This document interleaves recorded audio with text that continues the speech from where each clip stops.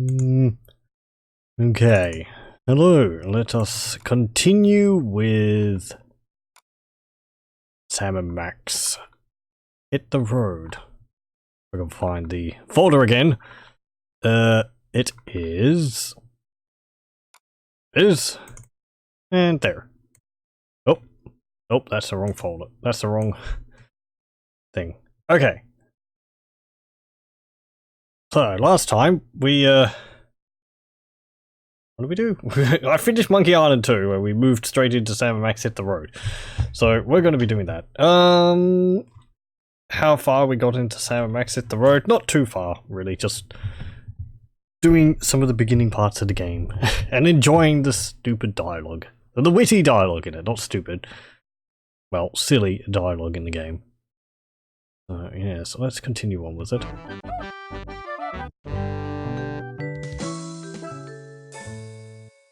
As good as the introduction is, we'll skip it because we saw it last time.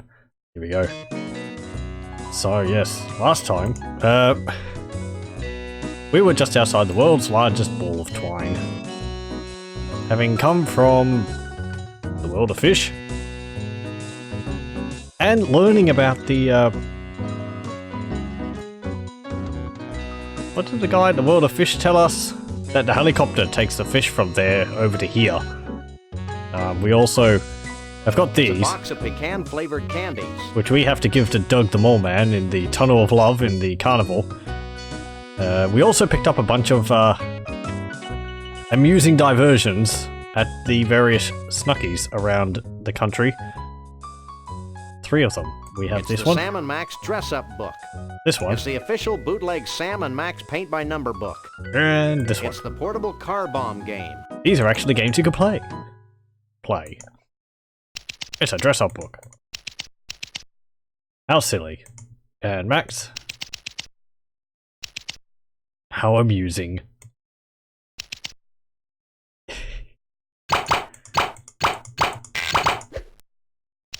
How about that? There we go. And how about that, and that. Oh. You can just stick everything on the... Very, very amusing. And how do you get out of this? Okay, just escape. I was a bit worried about pressing escape because I felt that that would close Scum VM. But I'm glad to see that it doesn't. And we have color by... What's it called? You know, a coloring book. Which has different images. Oh, and you can close it by closing the box of crayons. There's several different images. I think there's like 3 or 4. So, you know. Give him a green shirt. Swap the colors around. There we go. You can also move the box by clicking down here. Actually, we'll make Max white. That's what the color he's supposed to be. What color is his teeth? They're white too, aren't they? Yep. I can make the handle. There we go. Kind of brown. There. And there we go. Ah, yes. This is tied to the back of his mouth for some reason. And there. Lovely. It's a masterpiece. And the last one, Car Bomb, is a, what's it called? I can show it anyway. It's a slightly different take on, what's it called? Your half of the board, doofus. Battleships. And it is kind of difficult to, play. Well, difficult to beat the computer. Hit. Miss. Over there? Miss. Nope. Miss. Nope. Up there? Miss. Nope. Hit. Damn it. They take turns trying to blow up each other's cars. Hit.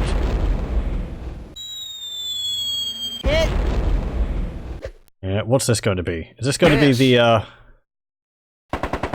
car with the caravan? You squished my squad car. Nope.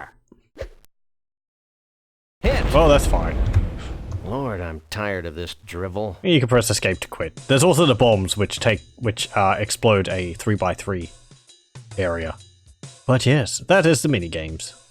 As well as the what's it called? The freeway surfing. I'm using for a short amount of time. I remember in the box of Sam & Max Hit the Road, the manual actually came with a bunch of little activities in it. And the music is wrong. It's missing tunes. Thank you. It came with the manual had a few little things you could do in it. I think it had some comics in it. It had little instructions on how to make a Max hand puppet out of a paper bag and some cut-out bits for his head. Hello. He looks like my 8th grade English teacher, but with more warmth. Lovely. Now there's something you don't see every day. What the hell are you talking about, Sam? We dump our fish heads out the window all the time. Yeah, but these are halibut. Makes a big difference. What about this? It's a 1/200,000th scale model of the actual ball of twine. And it's only 1/200,000 as stupid as the actual ball of twine. Nah. Why would people make this thing? According to the plaque, this is a shaving from the first foot of the ball of twine. I didn't know it was old enough to shave. Aha. Fun facts about the world's largest ball of twine. If laid out from end to end, the ball would stretch from here to the far side of Jupiter. Also, scientists theorize that by 2053, the sheer weight of the ball will push the Earth out of its orbit, propelling our planet on a collision course with the Sun. Good thing my life expectancy is only 6 years. Way to take the short view, little buddy. So how long is this thing? How big is this thing supposed to be? I bet it's really a sock. Words like big and large only begin to describe It actually this says something thing. different when you look at I it. think stupid and inane would be useful additions. Not to mention grotesque. I bet it's really a soccer ball covered with string. Anything It's else about Max. this? No. It's Not this. just another little piece of string. And this? This sign tells me more than I really want to know about this monstrosity. Can we pick it up? I can't cut off a piece of twine in the middle. That would destroy its status as the biggest ball of twine in the world. I suppose. You mean there's others? That's a I horrifying haven't thought. seen so much twine since that night in Tokyo in '67. I haven't seen so Okay. much twine since that night. This is a completely unusable thingamabob. And yes, it tells you that you can use it. What about this guy? Let's talk to him. Shouldn't you be posing for a painting with a pitchfork? Can I help you? How'd you get this job anyway? I clawed my way to the top, trampling those foolish enough to get in my way. Very driven. Stop staring at me. I can't help it. Is that because he can't stop staring? Is that because Sam is so weird? I mean, people don't really question a giant talking dog. It's Whatever. places like this that make me wish I were Canadian. Well, they've got one of these too, but half of it's French. Everyone's getting in one of the giant balls of string game. You haven't seen an 8-foot-tall woodland creature answering to the name of Bruno around here, have you? Are you talking about Bruno the Bigfoot? Yeah. He and a bunch of other Bigfoots helped build the ball of twine back in '56. Why, the stories I could tell. No! What a coincidence. I've heard enough stories today. Have you seen Bruno recently? I haven't seen Bruno in 30 or so years. Is he in trouble? That depends on your definition. I like to use the one that involves spiny echidnae. Well, is there anything else I can help you with? I wonder if you can actually get a story from him if you ask him about Bruno without going to Doug the Mole Man first. Let's see. Can you get there first? You could. Because you get the, because you could get the fish magnet first, and then you could talk to the fisherman there about the ball of twine. So you could go here that way without and bypassing Doug. So maybe you'd be able to get a story there if Max's tolerance is lower, having not been subjected to a long story in the first place. Hello, welcome. It's places like this that make me wish I were Canadian. Oh yeah, we heard that. Well, they've got one of these too, but half of it's French. What about the fish? What's with all the fish guts flying past the window? Those are leftovers from our last fish delivery. Our famous rotating restaurant has fresh fish flown in every day from the world of fish in Mosquitoeville, Missouri. Okay. What was Missouri? Whatever. Just accent. They must eat a lot of fish. As Conroy Bumpus passed through here. Who's that? He's a country western star gone berserk with power. I wouldn't know him if I saw him. I don't get out much. Figures. Okay. This ball isn't really made from a continuous piece of twine, is it? Yep, it's the longest piece of twine in the world by 92 yards. Okay. Well, fascinating. I'm gonna That'll leave be now. all for now. Can we close the door? We can. That's a very simple looking door. Can we look at it? Nope. Okay, let's leave. Let's actually go up to there. Up to the restaurant. Perched precariously on the top. I have to wonder, do they have like a rod going right through the center of it to keep it in place, or This is a is it completely in a divot or unusable something thingamabob. so that it stops to stop it from rolling away? Come on, get in there, get in there. Take a leg, Max. Just. I believe it takes just enough time to get up those stairs if when the little car has arrived, for you to get to the top and it just leaves. So you have to get there before it's actually reached the little platform. Hey, look!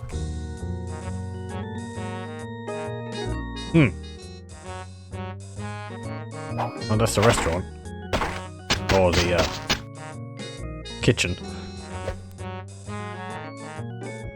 That's one long loose end. Too bad we can't reach it from this side of the deck. You always need a large piece of string in games like this. Yeah, I suppose. I can't get over there. Okay, let's go up. Whip. Doesn't seem to be too many people up here. Oh, there's someone. Fresh fish. Wonderful. What about this? Seafood. Thank you. And these? These exposed wires look like they're part of the restaurant control mechanism. They look like overcooked pasta to me, Sam. Weird noises. Oh yeah, this place is rotating. So. It's a conveniently located pair of mounted binoculars. Can we use them? We can. We can see the countryside, and we can see that giant fish. And it's okay, the screen's jumping every now and then. I'm sure this is somehow useful, but I'll be damned if I know how.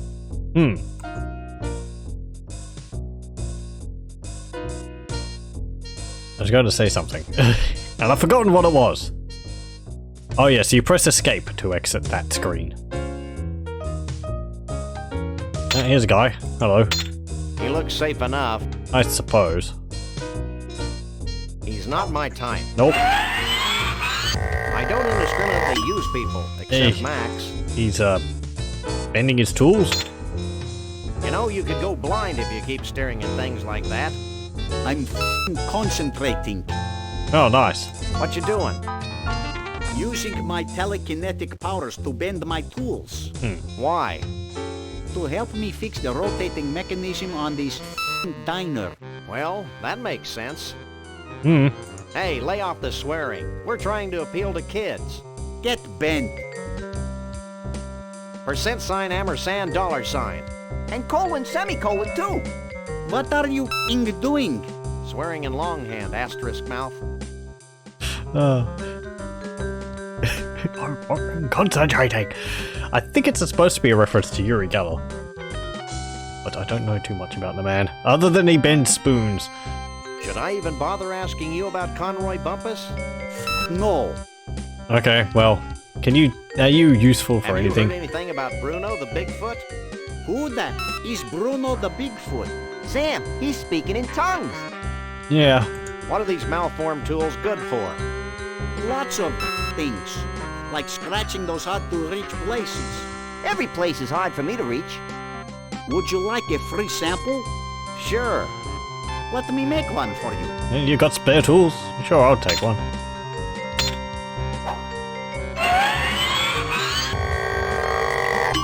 It's all yours. Thanks. Wow. Well, bye. Could you bend this? It's already twisted, offish canine. What about this? Could you bend this? He already looks pretty twisted. Yeah, well. What about the hand? Could you bend this? Are you mad? I can't bend that. Okay. What about the rasp? Could you bend this? Are you mad? I can't bend that. Fine. Can you bend Could down you my... bend this? Are you mad? I can't bend that. We can't even bribe him. What about the fish magnet? Could you bend this? Are you mad? No, I okay. can't bend Well, that. he's already done what we need to, really, for the moment, anyway. So, there's these wires here. Can we pick them up? Oh, we can grab them. Now, what do we do with them? Use I my better sign. put these wires back first. Yeah, okay. Your mouth isn't moving. Let's grab the wires. Well, this is the only thing close by, so let's put them on there.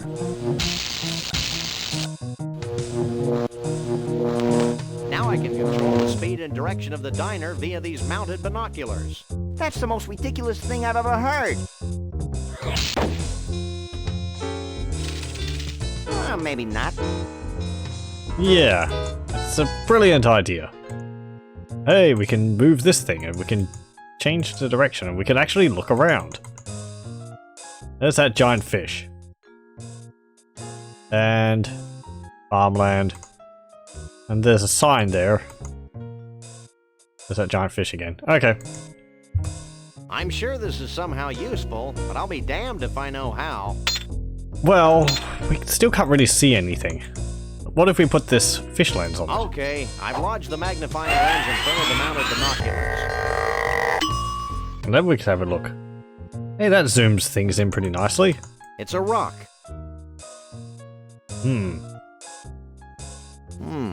The largest stump in the world. Wonderful. What else is there? There's another rock. It's a rock. Oh, Mount Badrich. a massive pile of burning tires. It's a rock. Another rock. It's Ooh. the inexplicable Valley of Lights. Okay, interesting. It's a rock. And anything else? That's the Enchanted Argyle Forest. Pretty in a way. It's a rock. And I think we're back to the beginning. Oh no. Why, it's the eternal plain of acid rain. Okay. It's a rock. Who knew America was filled with such wonders? And back to the The start. largest stump in the world. Okay, well, I'm sure this is somehow useful, but I'll be damned if I know how. I've preemptively done something there.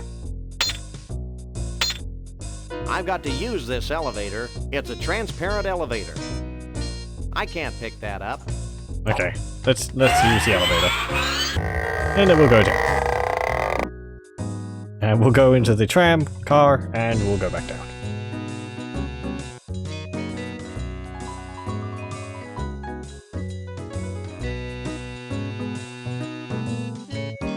So we did get something out of that. We have a way of looking around. And we also got a bent It's a perfectly good metric left-handed spanner that's been bent out of shape. we got a spanner. Let's go back into our car.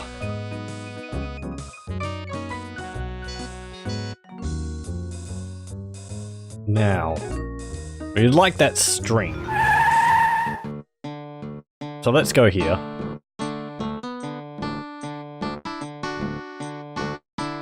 Because this place is connected to the largest ball of twine by the helicopter. And we remember we could actually get inside this fish. Go into our inventory. And we'll get this spanner. And it can be used on the fish.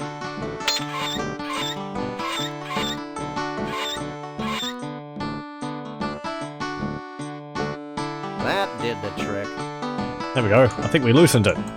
Let's get inside.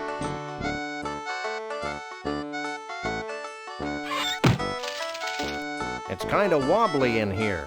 Hey, Max. Hey, Max, come here. Here I come.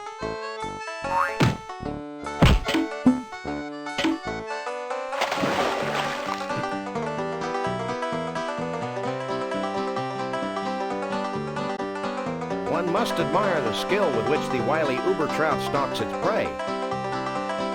This is one of the 10 most liberating experiences of my life, Sam. Holy mackerel. I'm a trout, stupid. Holy trout. I always thought you were made of plaster.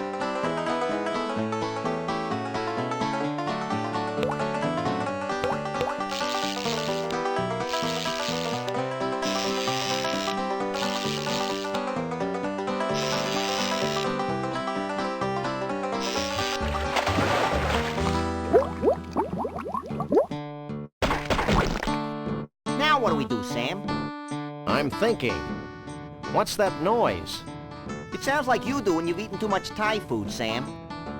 I just have to let the whole thing speak for itself. There's nothing really for me to add.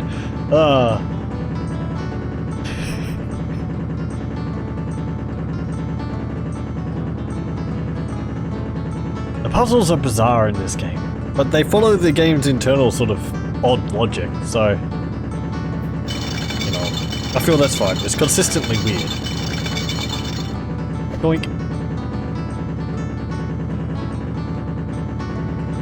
And we get carried away by the helicopter.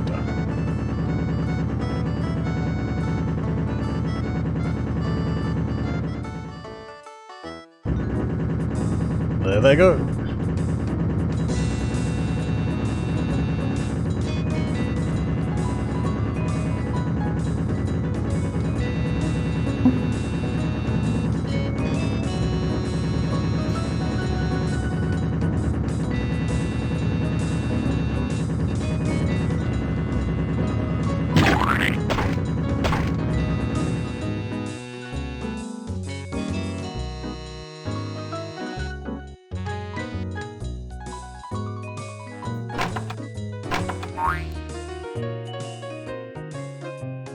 I told you I had a plan.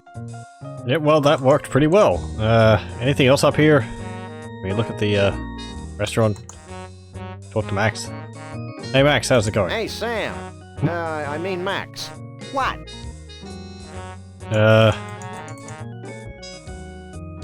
How come I don't get in the inventory? Where would you keep it? It's none of your damn business, Sam. I don't think you can be trusted with anything. What should we do now? Let's find Bruno and Trixie and collect the fat reward. Sounds like a plan. I'm excited. Who isn't? Anything else? I didn't always want to be a cop, you know. Me neither. I wanted to be a Hun. My mind is a swirling miasma of scintillating thoughts and turgid I don't think ideas. I've actually heard those Me two too. lines before. Computer games are your best entertainment dollar value. Go buy some computer games right now. Especially the funny LucasArts ones. Well, they are pretty Weed good. of crime bears bitter fruit. But it makes a pretty good milkshake. This mission's giving me the heebie-jeebies. You can get a lotion for that, Sam. I miss my gun. Me too. I wish we hadn't left them at the cleaners. Yes, that's something. Sam and Max in the comics are supposed to have guns. Sam's got a massive revolver and Max has a Luger. But I assume because the game's made for this game tends to be targeted towards a younger audience, they did have to tone down the more violent nature of Sam and Max. I think I've got something in my eye. Try digging it out with a fork. That always works for me. Though they have them in the Telltale games. I think I've got something in my eye. Try digging it out with a fork. That always works for me. Okay, nothing else? Okay. You're looking hale and hearty, little buddy. I'm a coffee achiever, Sam. Alright, well, let's Well, leave. that's all. There is this string here now. I really think we need that loose end, Sam. Yeah. Okay. Well, you can Hey, go get Max, it. I've got another plan. I think I liked you better when you were clueless. Shut up and climb over the rail.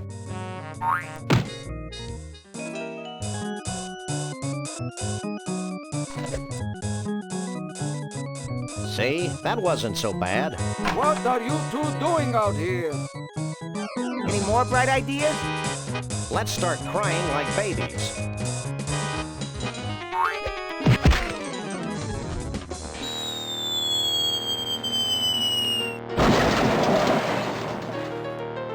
Galileo was wrong. I don't think we were in a vacuum, Max. Well, at least Hey, you loud. how will we get our car back? Wait for it. How convenient. Well, I suppose they landed on a nice soft pile of fish heads. Well, we got the giant piece of string. It's 91 yards of twine. So that actually means that the giant ball of twine is actually now just 1 yard longer than the second largest. It's still the largest though. They don't have to change the size. I bet it's really a soccer ball covered Anything with new string. to say with any of this? Just another little piece of... This sign tells me more than I really Nope. want to know about this monstrosity. Can we talk to you? How much are they paying you anyway? I'm a volunteer, but they let me sleep here and I get all the twine I can eat. So how can I help you? You look like someone who would eat twine. What would you do if someone cut off, say, 94 yards of the ball? We'd shoot 'em, skin 'em, and sell 'em as jerky treats. Okay, good thing we only got 91 then. It's places like this Yeah, that okay, make me wish that's I the were same. Canadian. Well, they've got one of these too, but half of it's French. That'll Great. be all for now. Can we give him the string? I don't think he'd want that. It's probably best not. Okay, let's leave. So what do we do with all this string? We don't actually need it for quite a long time, I believe. But we've got it. And in adventure games, you always want more inventory. So... yes. Let's go give those treats to Doug.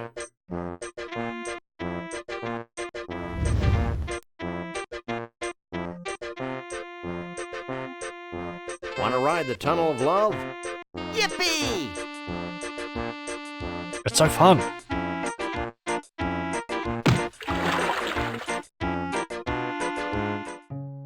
And it just cuts to the chase. Okay. Can we give you any money? I don't think he'd want that. Nah, I suppose. Dougie, Don't call me Dougie. what you eating? Yeah, we already know Oh that. boy, Okay. Blue I thought he'd Bloods. say something They've different. got enough sugar to keep me going for hours. Wonderful. Here, I thought you might like some candy. Thanks. Pecan's my favorite. Hey, you're all right. Take this key as a token of my appreciation.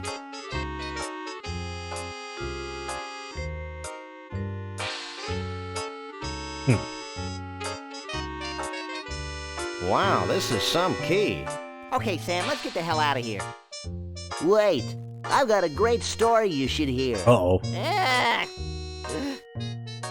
Keep it short, kid. My partner's got a low tolerance for long stories. well, it all started the day before today. I remember it like it was yesterday. It's not widely known, but Trixie had fallen in love with Bruno. Every night, she'd sneak into the freak show tent and read to him what she imagined to be his favorite bedtime stories. I'm sure he appreciated that. She seemed as happy as a self-mutilated parody of nature could be.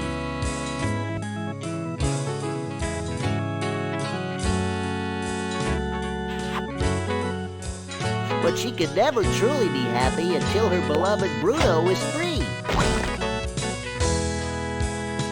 Finally, she decided to do something about Bruno's predicament. She begged Flambe, the fire breather, to free the Bigfoot from his icy cage. Flabe took pity on poor Trixie and liberated Bruno. And the happy couple haven't been seen since. This only happened like 2 days ago? Hell of a story, ain't it? Oh. I don't think he'd want that. Okay, well, we know how they escaped then. It's a key's key. No, Sam, that's a crowbar. Let's pummel somebody. You're such a cute, misguided little bunny. Can we use it on Max? I can't use these things together. Nope. Well, that was wonderful. How about we talk to the fire breather about it? I actually want to see whether we could get this crowbar bent by the guy in the Ball of Twine. Because usually I just go straight to the trailer, and I think you might lose it after you use it there, so... Wait, I don't want to use a crowbar on him, but let's try anyway. I don't think he'd want No, that. probably not. Weird. Creepy. Okay, talk to him. He's not my type. There we go. Doesn't that hurt? A lot. I suppose there's a trick to it. I just haven't been able to figure it out. Your ineptitude gives hope to all of us further down on the food chain. Is there anything else I can do for you? You can drop the act. We know it was your kerosene-soaked breath that freed Bruno. And we know that you sometimes go for days on the same pair of socks. Okay, you got me. Just don't tell my bosses. Maybe we should rat him out, Sam. The thought of him out in the streets drinking lighter fluid seems somehow ironic. It's scary to watch you wrestle with abstract concepts, Max. How'd Trixie talk you into freeing Bruno? She charmed me with her feminine wiles. She also promised to pay me $20. Is that easily bought? But we couldn't bribe you any amount of money to let us in! Ugh.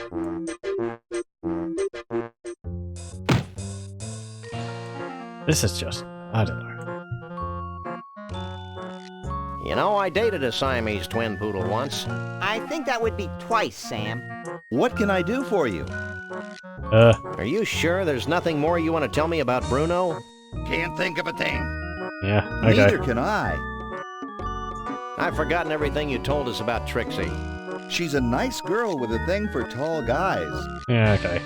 Well, it's back to the Bigfoot hunt. You're pretty useless.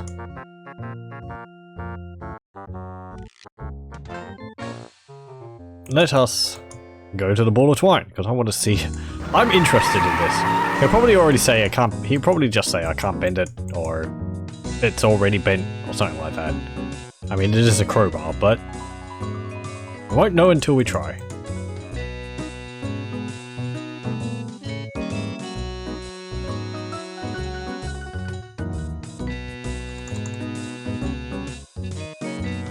Take a leg, Max.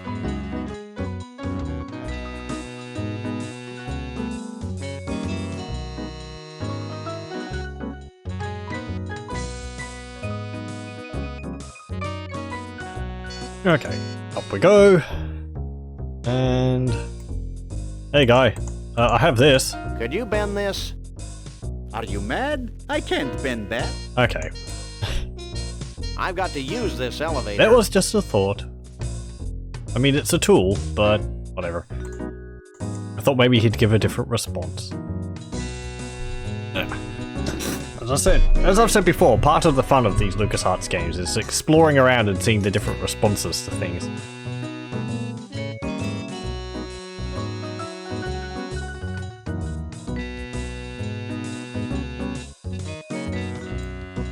Can we use the crowbar on our car? I can't use these things Nope. together. Is there anything else we could possibly use a crowbar on?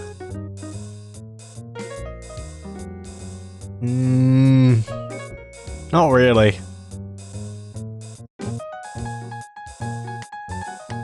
I can't, like, use it on here, can I?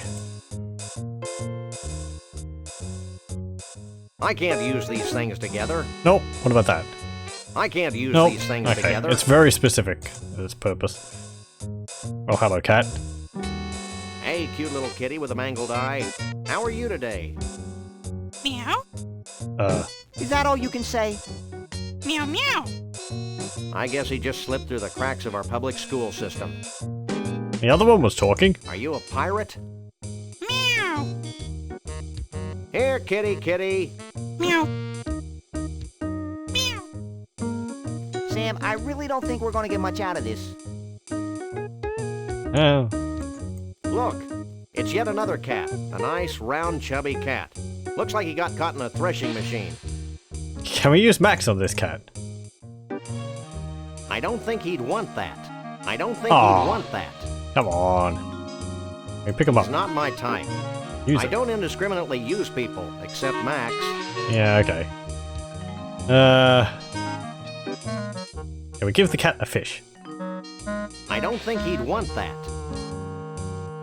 Does Max want a fish? I can't use these What about the things pigeons? together. I don't think he'd want Nope. that. Okay, fine, fine. Let's leave.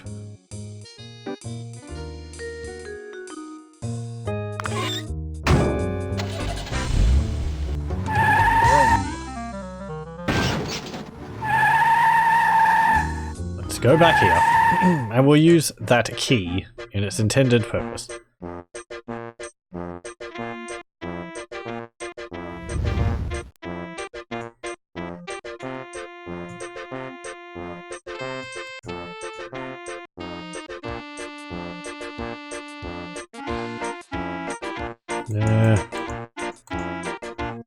Oh, that's the fish. There it is. Okay. Hey, Max, come here. What? Watch this. Well, this is undignified. That was very easy. Oh boy. Hello, welcome. That's a disquietingly tall bed. How can you say disquietingly with a straight face, Sam? What about this? Ooh, they're genuine Scrantonese potions of fertility. Let's take them. I don't think we should risk being any more fertile than we already are, Max. Is there anything we could pick up in here? It's reassuring to know that the carnival is still out there. I suppose. In all of its It's a hope enjoyment. chest. I hope it's filled with more gold than my poor eyes can stand. This game is cursed? What do you mean? It's a very good game. It's a big closet. Trixie's a big girl. Is there anything inside?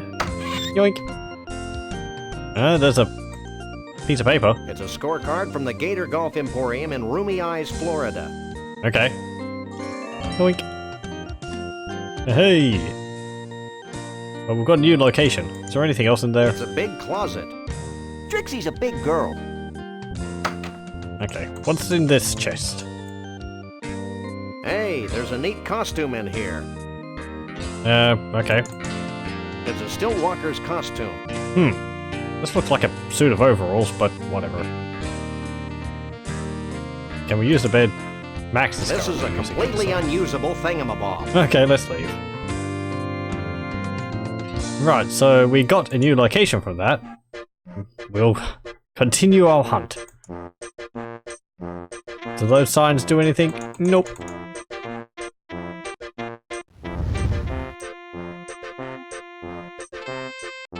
And down here. That's a big alligator. This would look great in our office. How would it fit? Want to pick it up? No, you can't. Oh, does that car say anything? I think it says something different when you're in different locations. Oh, we can't even look at it. Okay.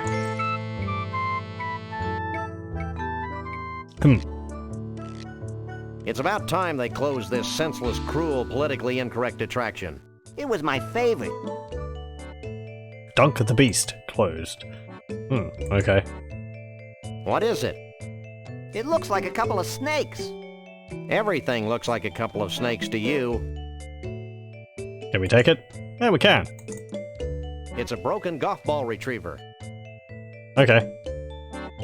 What about this guy? He's repulsive, but I can't take my eyes off of him. Can we talk to him? Not that I care, but what made you think of putting alligators and golf together? I didn't. Well, Fact is, this place used to be a miniature golf course. Then, back in '89, the swamp flooded the whole shooting match, windmills and all. Next thing I knew, I had a half-submerged miniature golf course crawling with 10-foot-long gators. I hate when that happens. Tell me about it. So I turned the golf course into a driving range. well, okay. Got to Don't you adapt. ever leave here? Only to feed the gators. When's feeding time?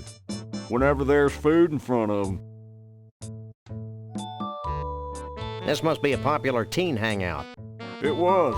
Then we had that problem with the Jenkins kid. Court made me destroy my best gator over that. Well, what can I do for you? I was going to say, are they like your pet alligators or something? Or did you just adopt them because they were there and they never left? I've got an inexplicable urge to buy some suitcases. Don't even joke about it, city boy. Do you know what this thing is? That used to be my golf ball retriever.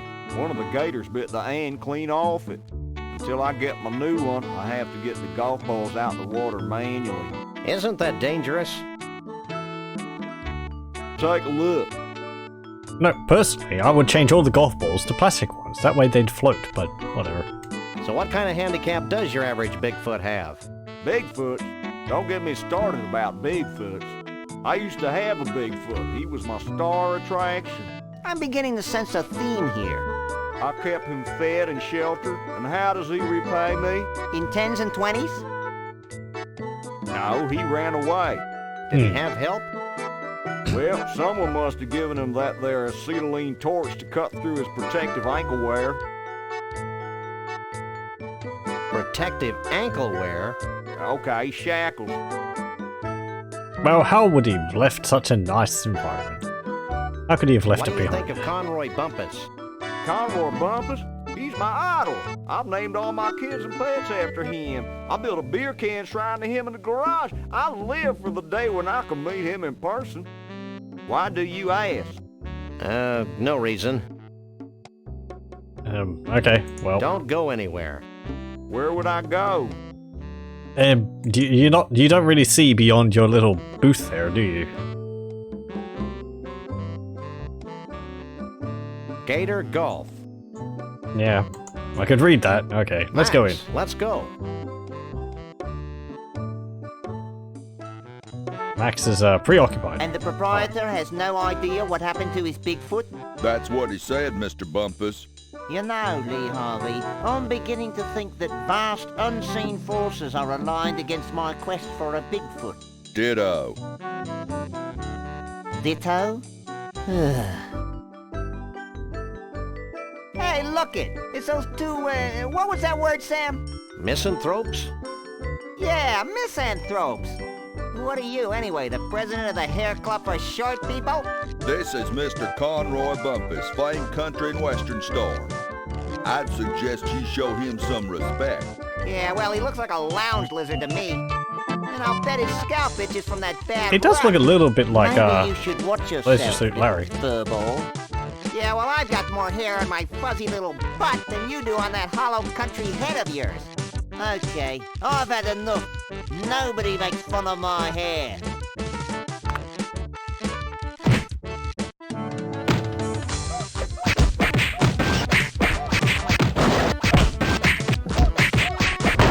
Hold still, you flea-bitten polecat.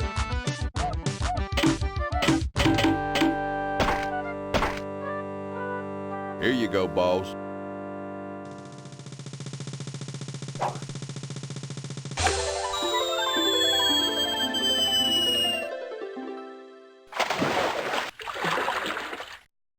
What a jerk. It's a nice 5-iron, though. he did get it into the booth in the first shot. Get Max into the booth in the first shot. It's a bucket of golf balls. Oh, okay. We can pick up the golf ball. The golf. Get me the hell golf club. out of here! Oh, we get a little flag. We put it there.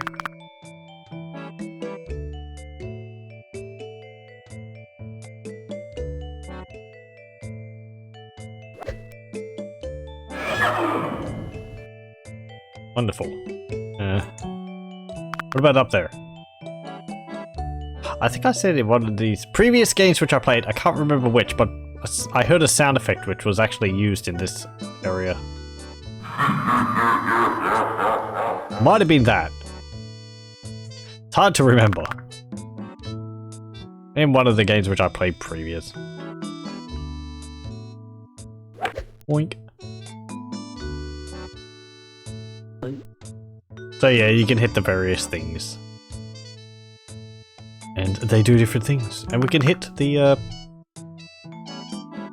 large target on the booth here. Sam is a very good shot. Doink. Ah, oh, wait. It didn't hit. Yeah, can't dunk me. Don't taunt me. I'm gonna get it sometime.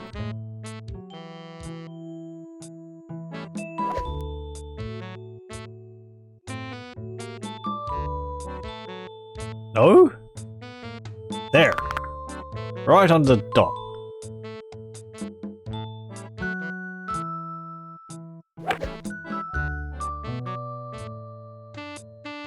There we go. Hey!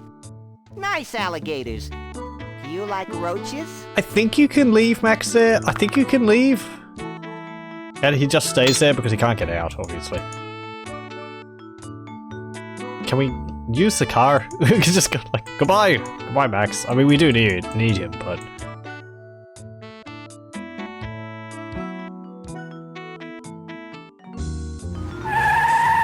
Yeah. Yeah, we can just leave. Ah. Do we have different dialogue if we talk to characters when we're supposed to have Max with us?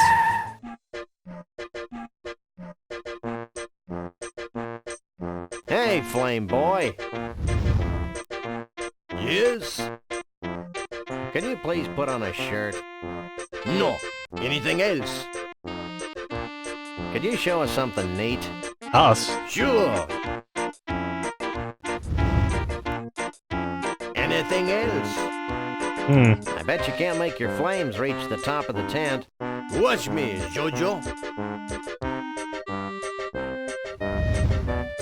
Impressive. Anything else? I think it's just skipping dialogue where Max is supposed Are to be you talking. sure you don't know anything about Conroy Bumpus?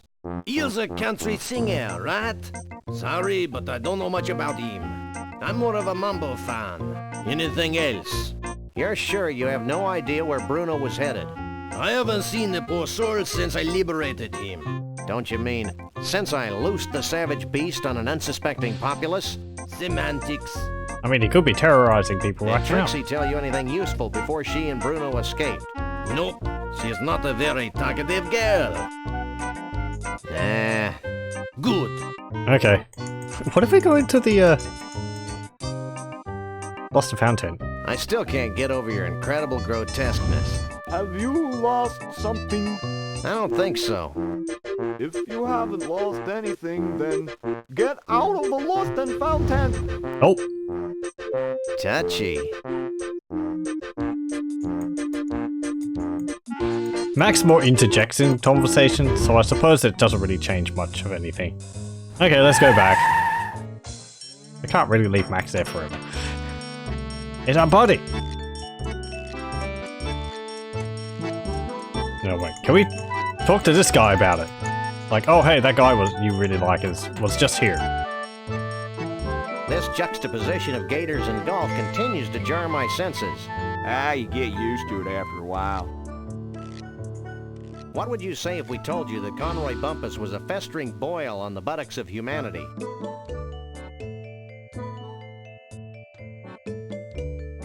I'd have to feed you to the gators. Just checking. Okay. Don't go anywhere. Where would I go? Anything else there? Nope. Okay. Actually, I'm gonna save. I know I'm wandering around looking at things, but I'm curious.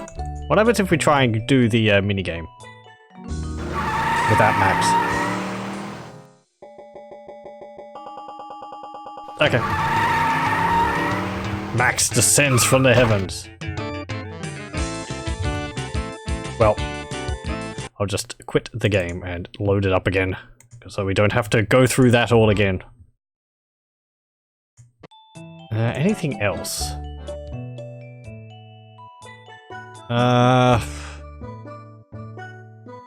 Nothing in the fish place. There's nothing in the Great Ball of Twine anymore.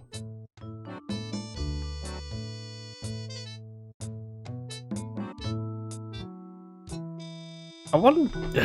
You wouldn't be able to go up onto the kitchen on the Great Ball of Twine without Max, because Max is the one who... You need Max to be able to knock the fish off of its pedestal to be able to get up there in the first place, because Sam doesn't knock it around enough on his own.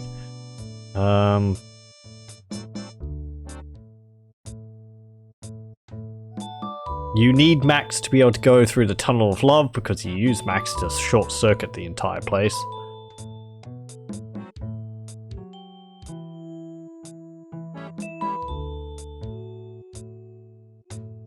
Oh, and you would have, and you can't get here before you do that, so...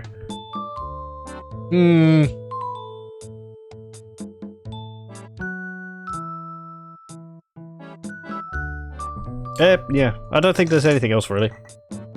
So let's continue.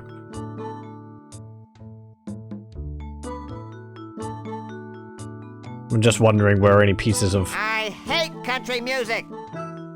dialogue could be in the game for different situations. Oh, I've saved, so if I wish, at a later date on my own time, I can have a look. Let's exchange these golf balls for fish, because that's much more fun to smack the sense out of with a golf club.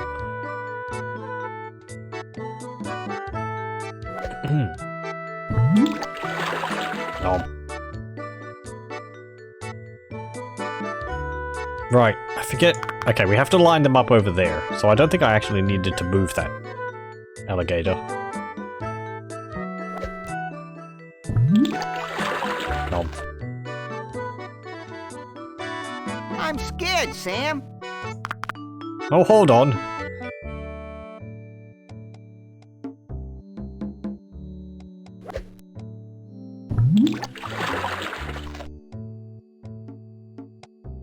Right, you went too far.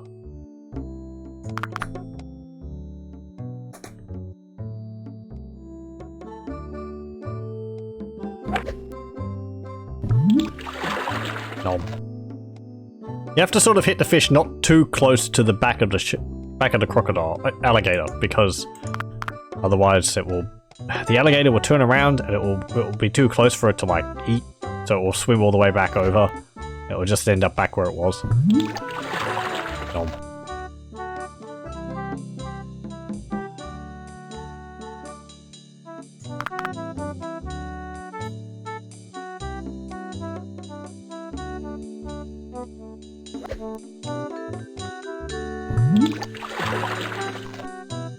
And we did learn about this from the golf guy, saying that they're always hungry, Sam. and they'll eat whenever there's food in front of them. So, up. I'm impressed that the fish are able to fly so far. Yeah, that might have been too close. Or not? Nope. Hey, you've made a path across the driving range.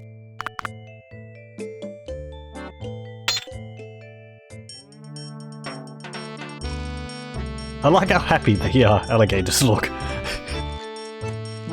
Gee, Hey. that certainly took long enough. Shut up, Max. I hate that game. Is that because you're a lousy golfer? You're an irritable bunny today, aren't you? Yeah, well, why don't you try sitting in this smelly booth while I beat the hell out of helpless fish? Maybe I should just leave you there. Did I mention what a lousy golfer you were?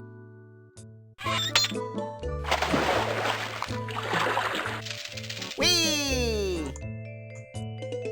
We can just keep tormenting him. Tormenting him? You suck, Sam. I don't know if he's really that bothered by it. It's hard to tell. Whee! Do it again, do it again. Whee! Okay, let's open the booth. I see why I could have just climbed out the top, but Hey, whatever. Sam! Hey, what? I found another sample of Sasquatch fur and mange in the booth, while I spent my young life waiting, just sitting there, in that horrible booth, waiting. Jeez, Max, get over it. Okay, here, you carry it. I'd better. I'm not sure where you'd put it. That's none of your business, Sam. Okay, oh, a door opened here. Let's use that.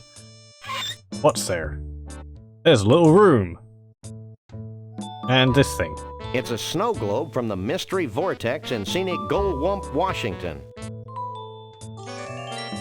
Let me see. Take a look. Too bad it's empty or we could shake it. Like this? Yeah. What's that writing on the bottom of the globe? To Elmo the Bigfoot. Keep on truckin'. Shavul the Mole Man. Hey, maybe Shavul's at the Mystery Vortex. Let's go there before I'm distracted by something. Okay. I don't think he'd want that. Anything else in there? Nope. Just a little room with a shelf. It's an empty snow globe without a stopper. They dare spell snow globe without a W on snow. Okay, let's go back. And we can go to the new location.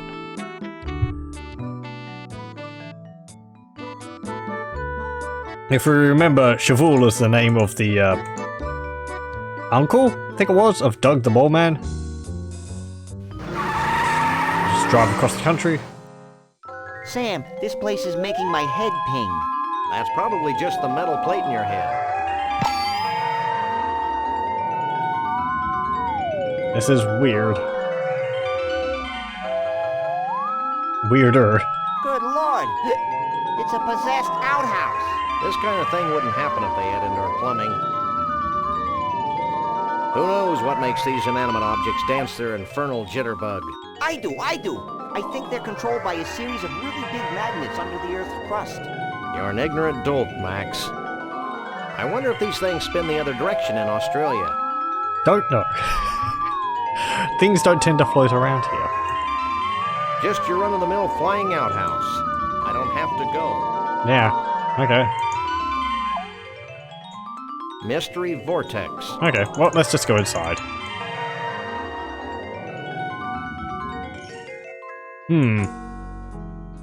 Well, that's weird. Went like shrinking. It's a little door. It's a small door. An Right. 8-ball. Well, yeah. Hey, 8-ball. Will Max and me be together forever? That's touching, Sam, but ask it something important like, when's our next meal? Are you lying? No. Okay, that's simple enough. Will we ever finish this Verschlagener quest? Yes, definitely. Well, Will I That's ever encouraging. recapture the carefree innocence of my youth? Outlook hazy. Try again. I don't like the answers that thing gives. It's a player piano. We can also hear the iMuse system for the music at work here, with it fading in the piano as we get close to it. Which is quite nice.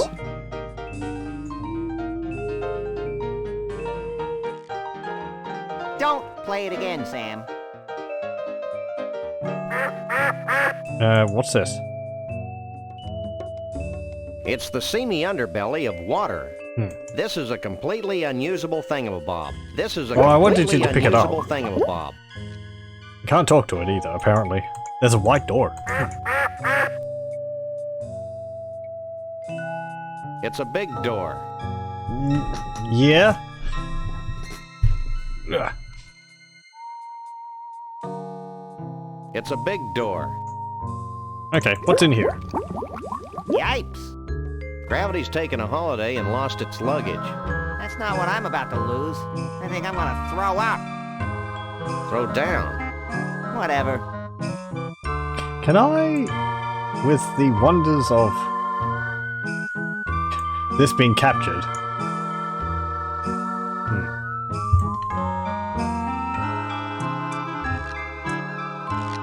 Hey! There you go. Doesn't really fix things. But you can at least see what it's like up the right way. Yeah. Yeah. Okay. That's weird. I gotta put it back. Yeah. There we go. There. Okay. Looks like all the blood went to her head years ago. I hope she takes breaks every now and then. It can't be good constantly being upside down. Museum gift shop. Bigfoot. Oh, they had one too. It's another tuft of Sasquatch hair and mange. My rabbity senses tell me that this is not Bruno's hair and mange. Or maybe I'm in love. Margin for error. So they had another frozen Bigfoot. Do they just, like, buy them out? Rent them out from somewhere or something? Stealth gib tuoba wonk oi odd taw. I'm upside down, cutie, not dyslexic. Oh. Don't you get tired of always hanging around here? I'm fine as long as I keep denying the urge to fall or jump. I feel like my sense of reality has just exploded. Try cutting down on cholesterol. Are you feeling as mentally unstable as I am? More so. It'll wear off in a few hours. Well, that's good. I'm looking for a Bigfoot. You too? I used to have a Bigfoot in that black ice over there. Yesterday, I stepped out to have my spine recompressed, and when I got back, he was gone. Spine recompression. Cool. Do you know who Conroy Bumpus is? Yes, and he was here looking for a Bigfoot. Then he got sick and had to leave. This place seems to have that effect on people. I'm amazed you'd get much Do business. you sell any snow globes like this one? We used to, but not anymore. Why not? Because they were having an inexplicably bad effect on the vortex.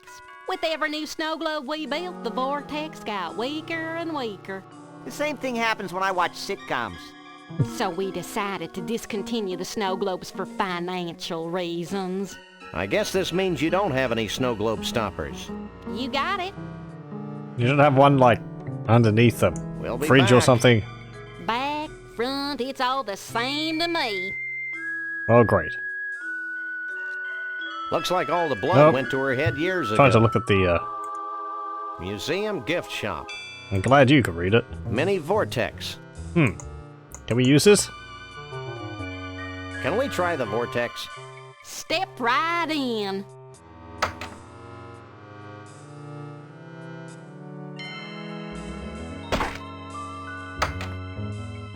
Oh, that's what it does.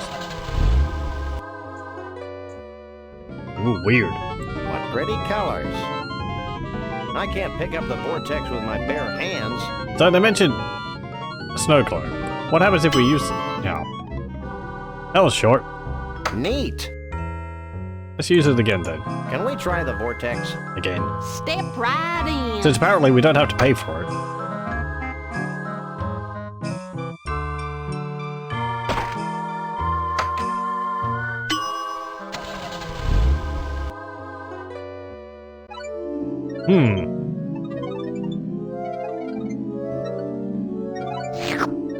Ooh.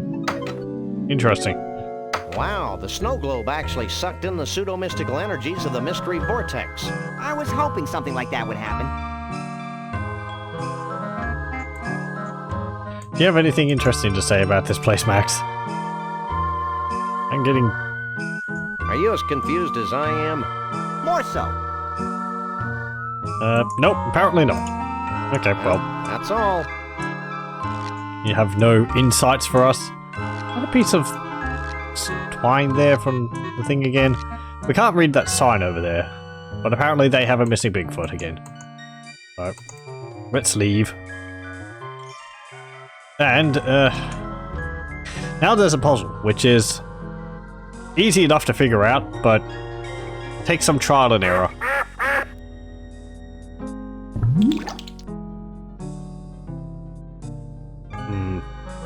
stick your hand in the mirror.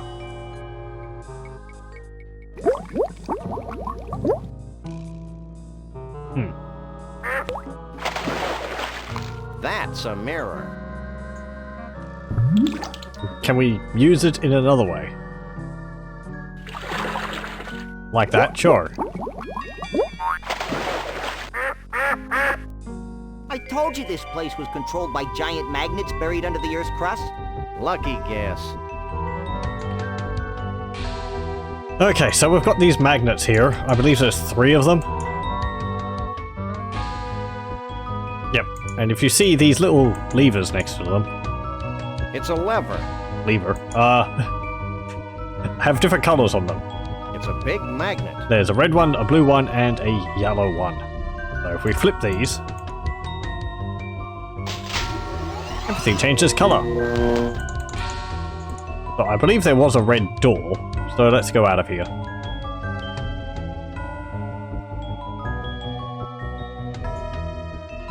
Yep, wait, there's 2 orange doors. Really?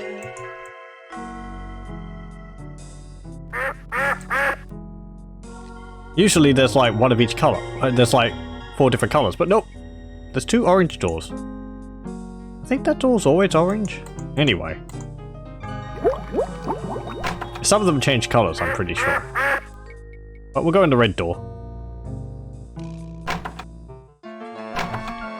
Who are you? Okay. I'm Sam. He's Max. I just choose the right door right from the beginning. And we're overachievers. That's cool, man. I'm Shavul. What do you want with me? Hey, Sam, look. That was a lot of... That was lucky. Usually I have to go through all of them. Well, this bottled water is a real letdown. If you go into the wrong door, you hear a growl, and then it's just like, you know, something weird's going on. I'm scared. Let's leave. We need your help. Yeah. Help is my middle name. Or maybe it's Star Child. Okay. What's with all the newspaper clippings? I'm collecting evidence of bizarre paranormal phenomena, man. Like the inexplicable staying power of professional wrestling? Right on, man. It's my belief that all the mysterious goings-on in the world, UFOs, striped toothpaste, two-headed squirrels, Dan Quayle, etc., are all somehow connected by a seemingly invisible cosmic thread of interdependency. I had that once, but then my parents kicked me out of the house and told me to find a job. At least know how the striped toothpaste works. They have different compartments in it, which squirt out the different colored toothpaste and joins it together when you squeeze it. Hi. That karmic waste of space? I bet he still spends his days zoned out in front of the TV watching crummy reruns. Yeah, but now he's got cable. 1, 2, 3. What are we fighting for? Just checking. What do you know about Bruno? Bruno the Bigfoot? Why do people keep asking that question? Bruno and I go way back. I've always felt a special kinship with Bigfoots. I feel the same way about pointy sticks. Shh! I haven't thought about Bruno for years. Allow me a moment to karmically link myself to him. If you must. Hold on, I'm getting something. I see Frog Rock. Between the enchanted Argyle Forest and the inexplicable Valley of Lights. Wait, man, Bruno's in trouble. It's like several voices screaming out in terror, and then suddenly silenced. Sorry, guys, but I can't get a clear psychic image of Bruno. The sad truth is that I haven't been able to concentrate very well since I lost my mood ring in the biggest ball of twine in the world. If you find it for me, maybe I can help you. The dialogue's still running a bit ahead. What's it called? Subtitles are still running a bit ahead of the dialogue there, but yeah, whatever. Ah, come on. Tell us about Bigfoots. By telling you that Frog Rock is between the enchanted Argyle Forest and the inexplicable Valley of Lights, I may already have said too much. My lips are sealed. How can we tell under that mustache? Could you repeat that bit about your missing mood ring again? Okay, man. I lost it in the biggest ball of twine in the world. I I think he's trying to tell us something, Sam. Possibly. Okay. 1, 2, Anything 3. else? What are we fighting for? Nope. Just checking. Okay, it's been great talking to you. Well, I guess that's all for now. Make yourself at home. You can't use your bed. Water bottle. Yeah, it is. Can I use it? Refreshing. Right, use Max on it. Refreshing. Max. Max on him. I don't think he'd want Max that. I on- can't use these things together. He looks like a health-conscious version of Doug. And a big He hamster. looks like a health-conscious version of Doug. Okay. What if we close the door? Oh, there's stuff on it. Can we read some of this stuff? Widower 98, wed self. Oh. The astonishing exclusive details of Insect Lad's honeymoon tragedy. We know that guy. Severed head explodes, destroys bus. That's completely irrelevant to us. Real-life baby Huey, 2, crushes mom, 24. Aliens moon Hubble telescope, photos inside. The astonishing exclusive details of Yeah, we heard is that one. Elvis a Bigfoot. Real-life baby, the astonishing is Elvis of the astonishing widower. Conroy Bumpus's amazing diet. Okay. There's just a bunch of useless facts. Or useless headlines. So let's leave. Usually, as I'll say, I got the first try on that. Usually you have to flip a whole bunch of the different magnets to get different colors to be able to open. Because you can't open the doors unless the color underground is the same as the door you want to go through. Usually I have to trial and error it at least 2 or 3 times, but lucky guess I managed to get the first one on managed to get the right one on the first try. So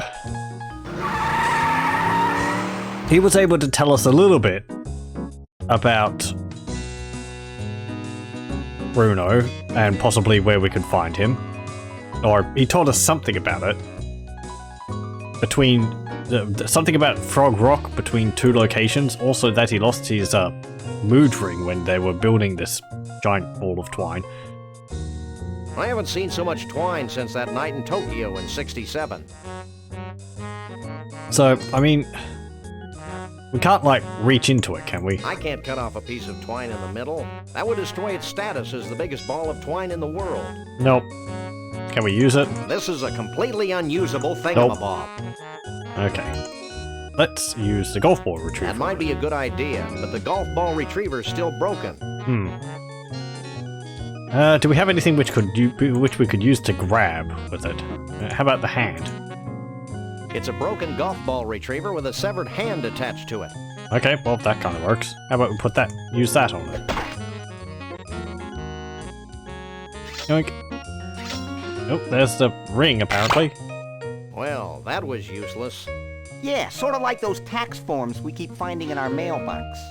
Is there just like massive empty spaces in this thing? Okay. Well, let's put this fish magnet on it as well. It's a broken golf ball retriever with a magnet attached to it. And let's use this.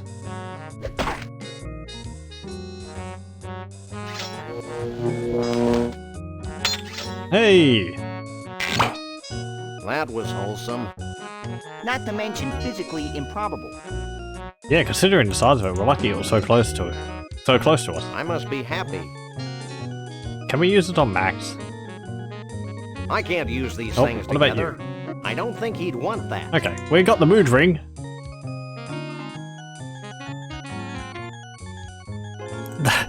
That was one of the more complicated puzzles which stumped me for quite a while when I was playing this game originally.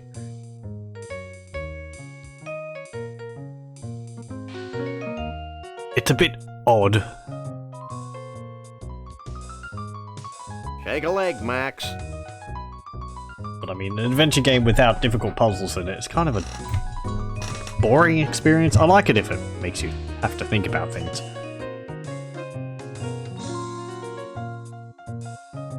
While we're here, we will also have a look at what Chevul told us. Since this is why I set this whole thing up. Okay, so what did you say it was between? The inexplicable Valley of Lights and the enchanted Argyle Forest. Yep. That's the enchanted Argyle So Forest. this one? It's a rock, and it's between the two things Shavul said it was between. It must be Frog Rock. Hey! We got a new I location. think I can see Frog Rock. So... let's go back down, and we can give the ring back to Shavul.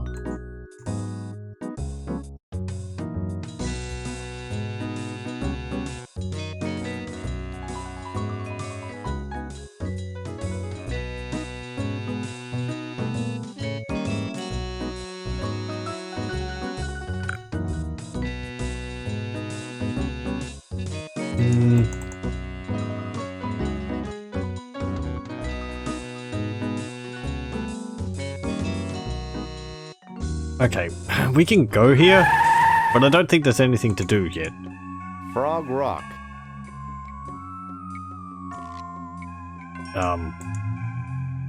This doesn't look like a frog at all.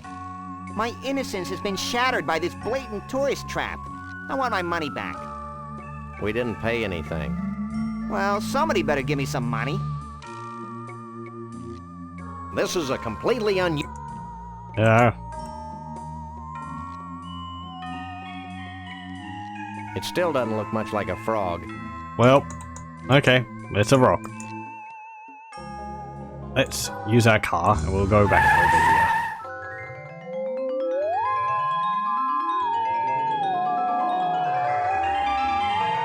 Are those trees in the background supposed to be like X-rayed? Let's go back in. You're back. And we're bigger than a bread box. 3 bread boxes even. What do you want now? Well, found your ring. Is this your ring?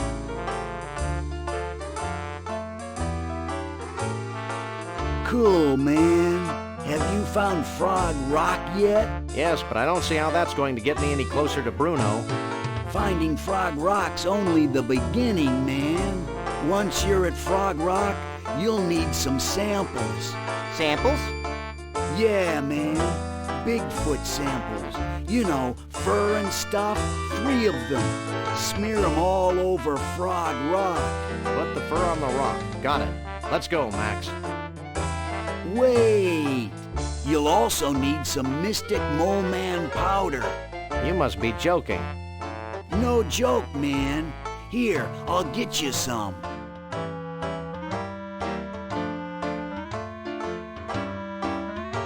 Here you go. Sprinkle this Mystic Mole Man powder over the fur when you've smeared it all over Frog Rock. What'll happen then? Something wonderful. Thanks. Let's go, Max. Okay. What is that stuff? It's a charming decanter filled with vile and mysterious liquids. It could be my long-lost twin brother, Sam. Really? We're supposed to spill this stuff on Frog Rock. God knows why. What, decanter? It's a pouch of powder. Whatever. This fur and mange must have belonged to the Sasquatch at the Mystery Vortex. It's a hunk of bleached blonde Sasquatch fur and mange. Suitable for framing. It's a swatch of Bruno's fur and mange. It's a broken golf ball retriever with a severed hand attached to it. Ah, yes. See that the magnet has come off the hand. After we used it last. I used to think that you could get stuck when you put the magnet back onto the golf ball retriever, because you do need to have it with something else on it later on, but I think you could just swap them out. Anyway. Let's use fur on the rock. Or hair.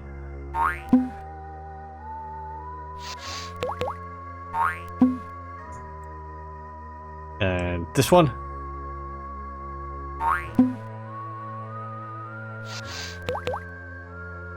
That's gross, Sam. And third one.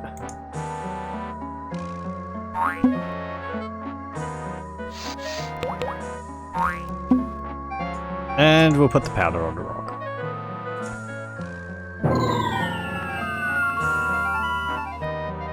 Well? Wait for it. Hmm. Sure gets dark quickly around here. I don't think this is a natural occurrence, Max. In fact, I think we're witnessing a celestial convergence of some sort. Do you think it'll make that rock look more like a frog?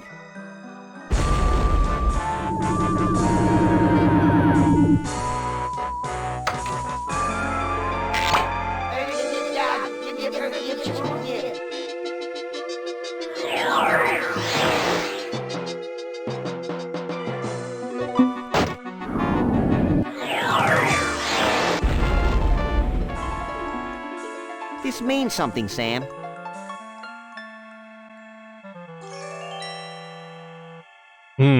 Okay, well, aliens. We can't even look at it. I suppose it speaks for itself. And who knows how many solar systems were destroyed to make that message. Well, you heard the sky and the alien. It's a Conroy world after all. If we ever get this rich and famous, I want you to shoot me, Sam. It'll be a pleasure. Bumpusville. I wonder if Conroy's a member of Good Sam Club. Big statue here. There's a well. A wishing well. I wish I had absolute power to decide who lives and who dies. I think we'd need a bigger well. We use Max on the well. I think we have to throw money in this thing. Okay. Well, we do have money. I wish this game were over. Hold it. Get back here. We're dealing with a very literal well here. Anything else we can do? I wish I knew what Max was thinking.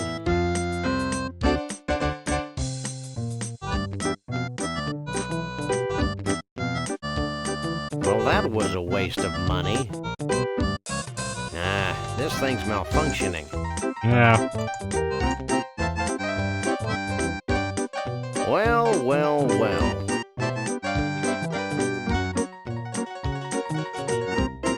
Okay, let's open the door and go inside. What's here? Oh. I think someone's a bit egotistical. Howdy, partners. I'm Conroy Bumpus, and welcome to Bumpusville. Feel free to wander the mansion, but for Pete's sake, don't touch anything. It's a gold record for Bumpus's. Heaven's just like Texas, except that there's no taxes. It's the platinum record Bumpus got for Let's Drink Beer and Shoot Things. It's a gold record for Conroy's breakthrough hit, two-fisted, beer-drinking, gun-toting, hard-loving, fast-driving country western Liverpudlian. What? Okay. Conroy's first 8-track tape, Flushed Down the Toilet of Love. Oh, the platinum record Conroy got for his all-time hit, Smile When You Say That, You Rockin' Rollin' Wimp. It's a gold record for Conroy's runaway hit, Broken-Hearted Roadkill on the Highway of Romance. Well, apparently he's rather successful. Bumpus got this gold record for Daddy's Two-Steppin' in His 2-Foot Grave. It's hard to believe that he sold 1 million of Tobacco Spit Blues. What about this? Cripes. It's titled Me, Myself, and I. Hey, you learned how to read. Here's a robot. It's a macro-hard maintenance droid. Oh. What's in here?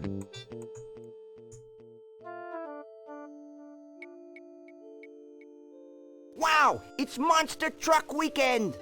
Happening every Sunday. Sunday! Sunday. Okay, I'm over the shock now. I'm not, but I'm sure my gentle naivete will survive. Someday? The best never rest. There's a book. Gotta go up the escalator.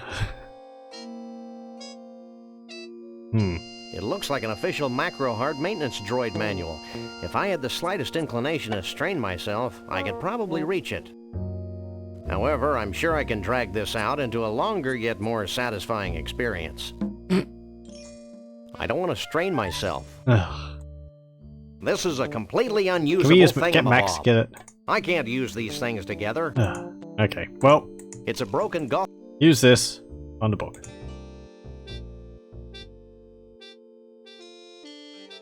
What you doing? Hang back, buddy, and observe my magic.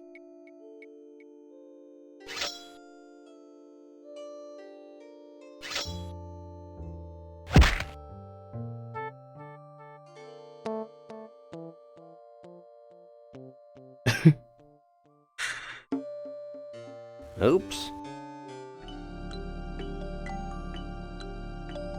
Well, are we going to learn anything from this?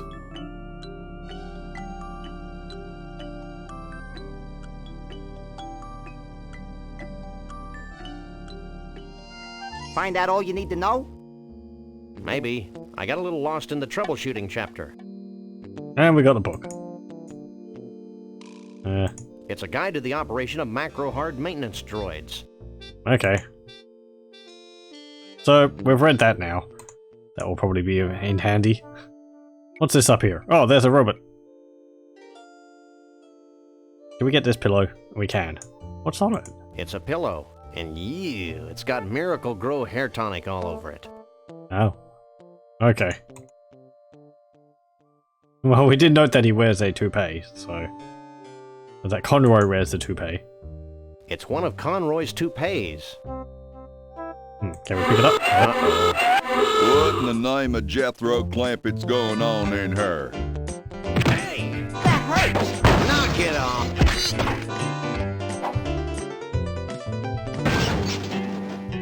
And stay out. Got a good throwing arm.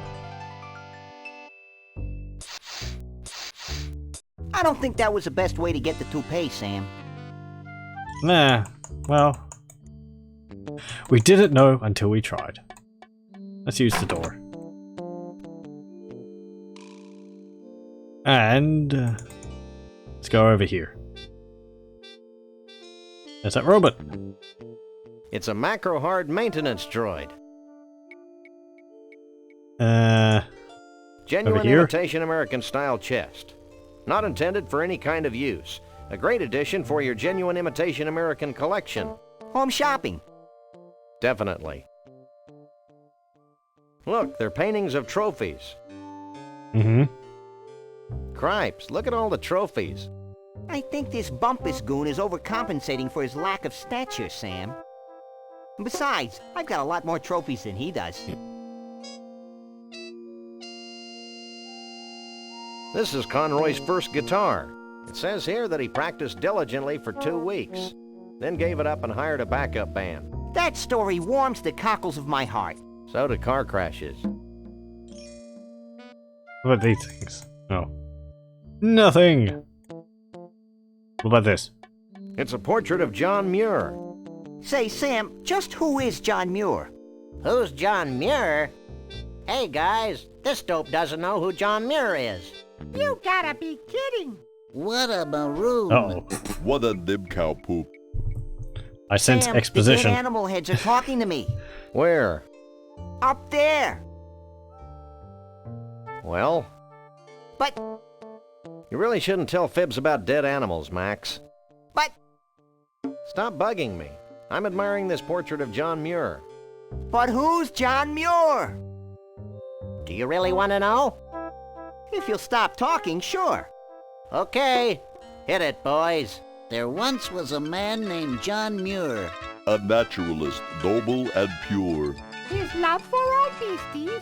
The most and the leasties. has never been equaled. For sure. Okay, well that was gratuitous. Can we pick it up? Yeah, we can. A stunning portrait of John Muir, famous naturalist. Why would he have that here? Eh, whatever.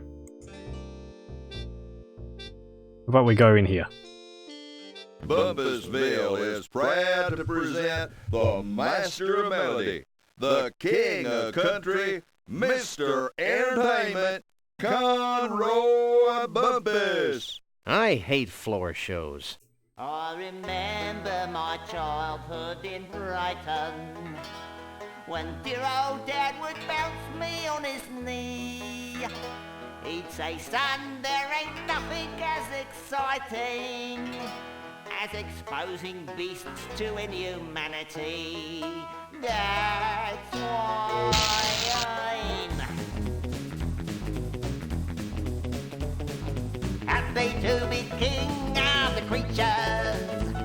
I'm proud to be the lord of the old. I love collecting things with grotesque features. It makes me feel like some Chaldean god.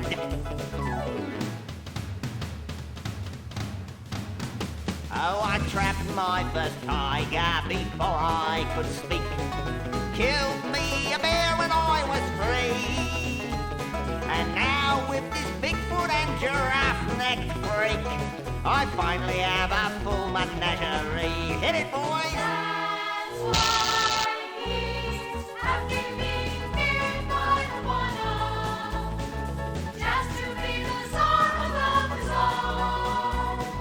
None of us can be what we are one of. Oh, it's tough to be a country western star.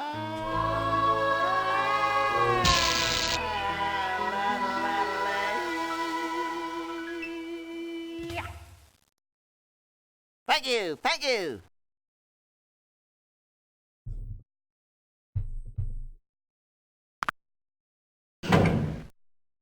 Your attention, please. Conroy Bumpus has left the building. Well, that was certainly something.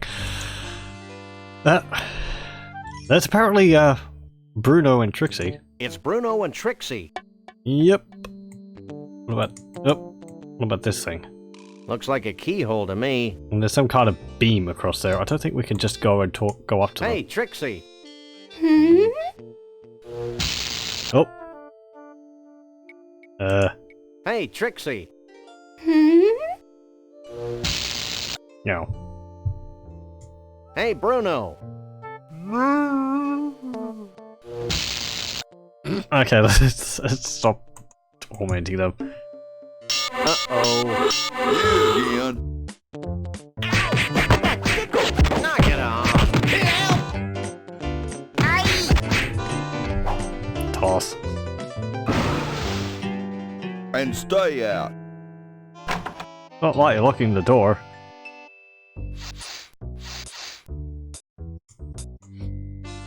Okay, let's go back in. And now, where's that robot? There you are. Now that I've read that ponderous manual, I can move the robot around like this. I'm impressed. That's nothing. Watch this. Help me, Sam and Max. You're my only hope. That was gratuitous. Sorry. This might be more useful. Oh, it's a brain. Okay, well that's obviously the layout of the house. And we can remove these. How about we do that? I don't think the cute little robot wants to follow its new programming, Sam. I don't recall giving it a cute little choice. There he goes. I'm ripe with anticipation. I thought I smelled something. What the?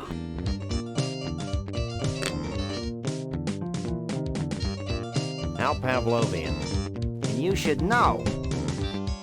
He just marches right on past by us, but single-mindedly focused on his task. Oh. Nope. Okay. Let me lower that. Right. Let's go in here. And what's here? Apparently a lot of books. He does read a lot, it seems. It's a virtual reality helmet. Ah. Can we use it?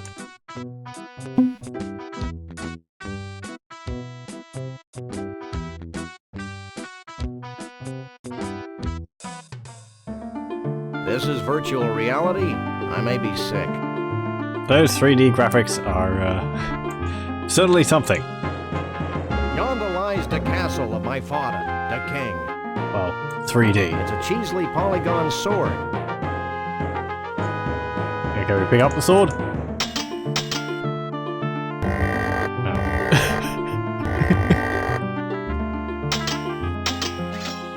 Oh, got the sword. I can't use these things together. Okay, what about over here? Oh, that's a dragon! Fight it! Oh yeah! That sounded like a car crash. It's a chunky, hovering dragon's heart. Just like the one I have at home. Hmm. Can we pick it up? Oh, it's a key.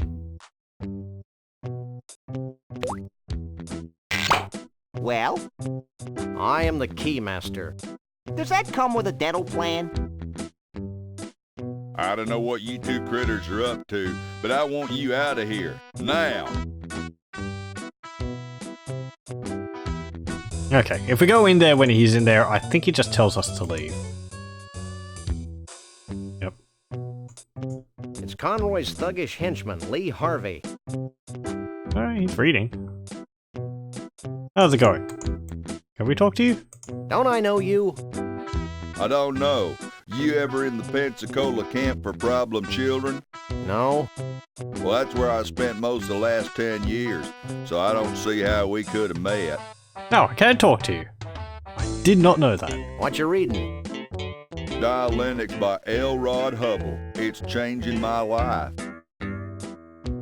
Okay. You sure are one dedicated employee. Yep, that's me, detonated. Well, we'll be looking around ourselves. Don't get up. Fine. So, what's this Conroy Bumpus Yahoo really like? Has he got any deep, dark secrets we can exploit for monetary gain?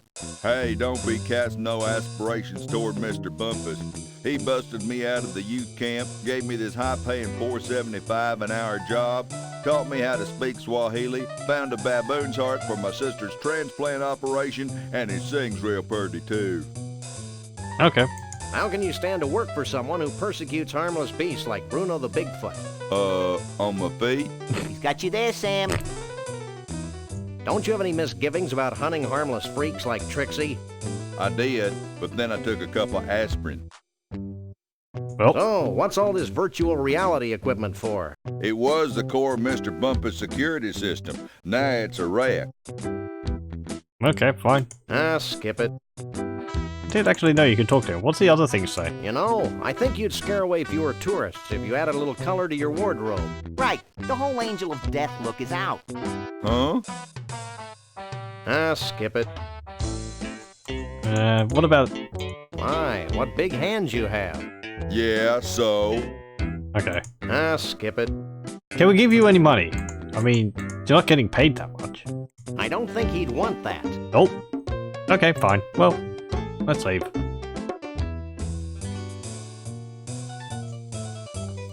I always felt like he tossed you out. If you just went in there. Anyway. We got the key, so let's go over here. And... oh, that's money. Use this key we got. Wait, can we look at it? It doesn't... look... It's a cheesily polygoned key.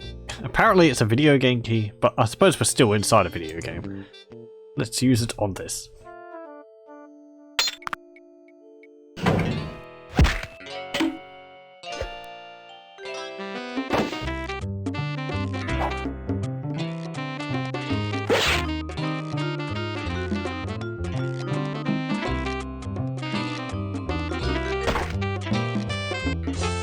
Gee, thanks.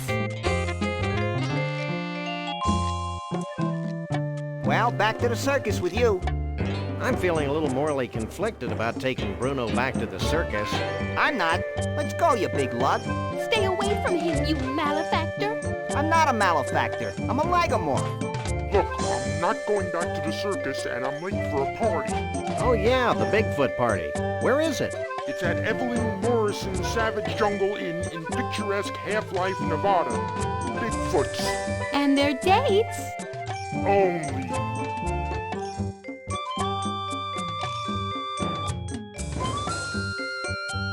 Let's go.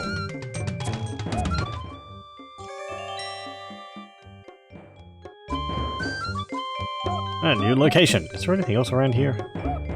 Bumpusville sings. Nope. Okay. Let's leave. I've done good, I think.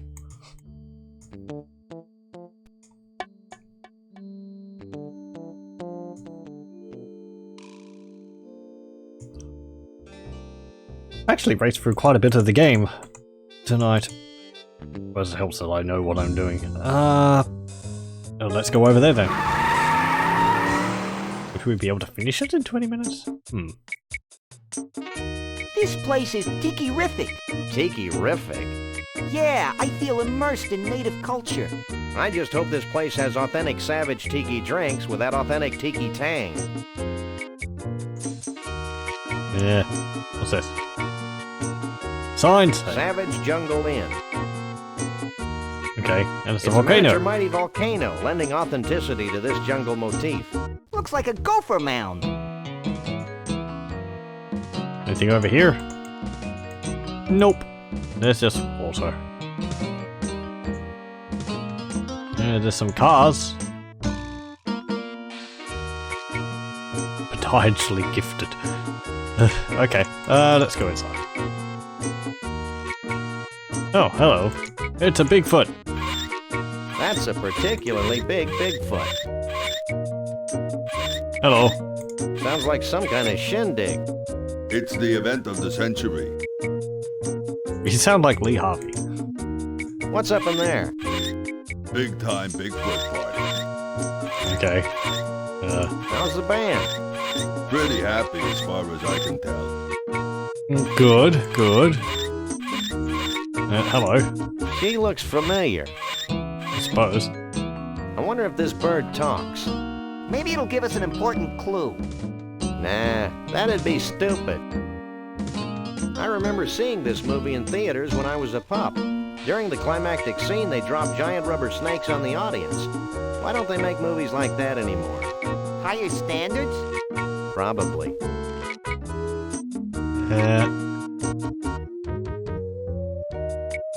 Sir? Okay, well, let's talk to you. Hey, you're Evelyn Morrison, famed B-movie star. Yes, I am she. I've seen all your movies. My favorite was Robot Terror from Beyond the Galaxy. Is that the one where the alien says, Clam do Beretta Nimno? No, that's Vampirus in Prison. Oh, yeah. Would you like Evelyn Morrison's autograph? Actually, we just want to ask a few questions. Evelyn Morrison is always available for interviews. Okay. How'd you end up in the hotel business? I bet it was a sordid combination of fast cars and fast living. Vroom, vroom. It was the stars. Bigger movie stars than you? Pshaw. Pshaw? No, the stars didn't get bigger. The rubber monsters got smaller. Then eventually replaced with I still CGI. say it was a lurid tale of sin and depravity. Action! I'm ready for my close-up, Mr. Corman. I have this sudden craving for an umbrella drink. Evelyn Morrison's Jungle Inn has the greatest umbrella drinks in the world, with over 237 kinds of rum. All in just one drink? Which way to the bar? Take it easy, Max. You don't even drink. Oh, yeah. The toucan must have put words into my mouth. Have you had any problems with the Bigfoots? Evelyn Morrison has always worked well with grotesque creatures of the night. I'll take that as a no, then. You haven't seen a short, self-absorbed, crazy-as-a-bedbug country western singing star around here, have you? It's easy to get around quickly. Conroy Bumpus. Evelyn Morrison had him ejected from the premises hours ago. Why? He was harassing Evelyn Morrison's guests. And that's just not on. Okay, well. I'll get back to you later. See ya. Evelyn Morrison will be here. In the meantime, why not take some of these brochures? They have have Evelyn Morrison's autograph on them, making them must-have collectibles. Thanks. Cool. Where are they? There they are. I hate it when you hum, Sam. It sounds like a high-voltage tower.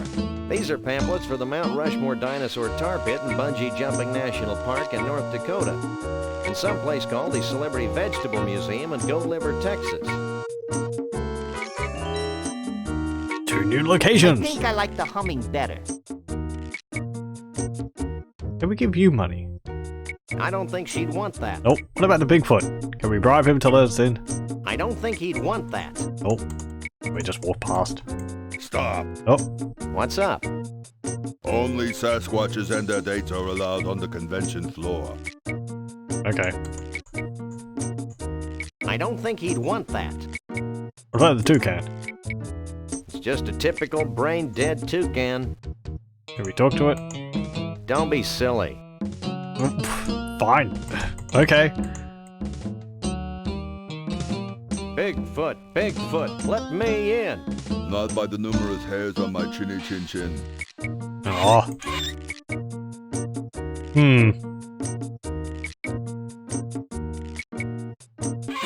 Well, can we use this booth? I had no one to call. Oh. Call me! Call me! You'd have to get cellular. I'm Pixular. It's better than cellular. That's bad, Max. Really bad. Who cares? I'm cute. Jeez. It's a phone booth with privacy shading. You apparently have sore feet. Would this rasp help? Here.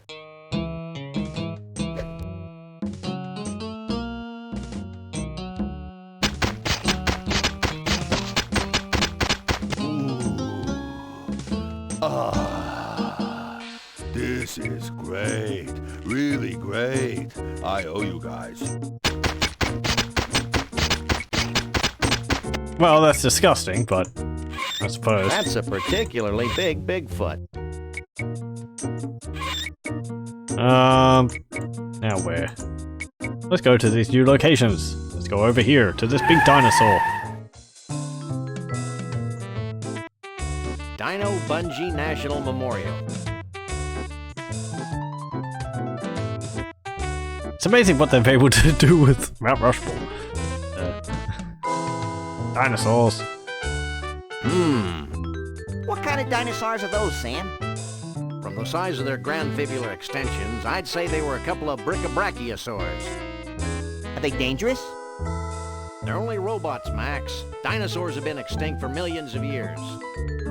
No one tells me anything. Let's do George. George, Fo Forge, banana, Fo Forge, fee, fi, Fo Forge, George. There isn't any president. We can't rhyme. Let's do Thomas. Thomas, Fo Thomas, banana, Fo Thomas, fee, fi, Fo Thomas, Thomas. Let's do Teddy. Teddy, Fo Fetty, banana, Fo Fetty, fee, fi, Fo Fetty, Teddy. Let's do Abe. Abe, Fo Fabe, banana, Fo Fabe, fee, fi, Fo Fabe, Abe. Oh, that was fun. Let's go over here. Big dinosaur. Look, a 70 million year old statue with no graffiti. I thought it was missing something. Where's the crayons? No way. Why not? You're artistically inept. Can I just paint his toenails red? Maybe later. What about this thing? Oh, it's a mammoth. I've seen hair like this somewhere before. Your butt? No, this hair has the same coarseness as Sasquatch hair. You don't suppose they skinned Sasquatches to make this cheesy roadside attraction? Who knows? More importantly, who cares? Can we just, like, grab This it? is a completely unusable thingamabob. I can't pick that up. No. Okay. What about this thing down here?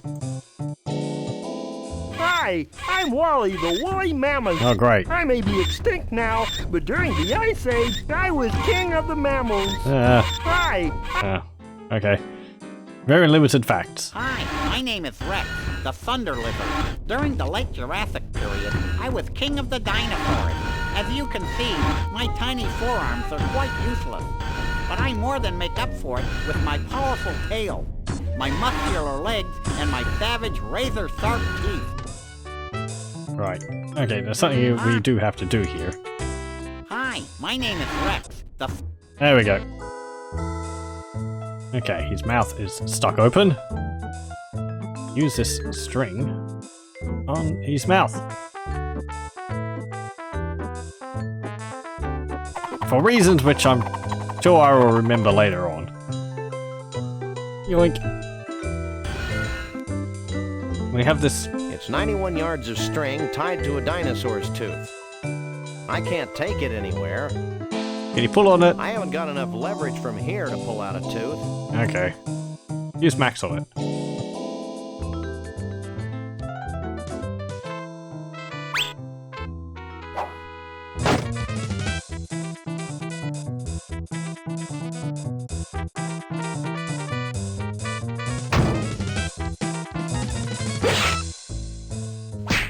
We finally got the tooth.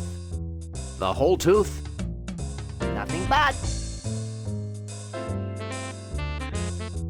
It's a somewhat authentic dinosaur tooth. The solution to puzzles sometimes is just like, I don't know. It's like, okay, it makes sense in retrospect, but you're like, you don't really know what they're going to do. So, anyway, let's go back here. And we would like to get some of this fur. So, hey, It's Max. Max. Hey, Max. Hey, what? I've got a job for those mighty incisors of yours. What? See that woolly mammoth? What about it? Stop playing dumb and get chomping. Hello, welcome.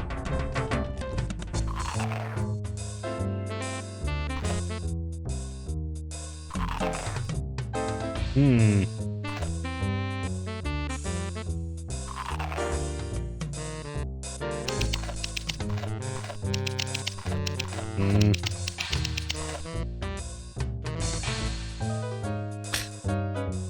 Fine work, Max. Now we've got more full woolly mammoth hair than we'll ever need, and we've learned an important lesson.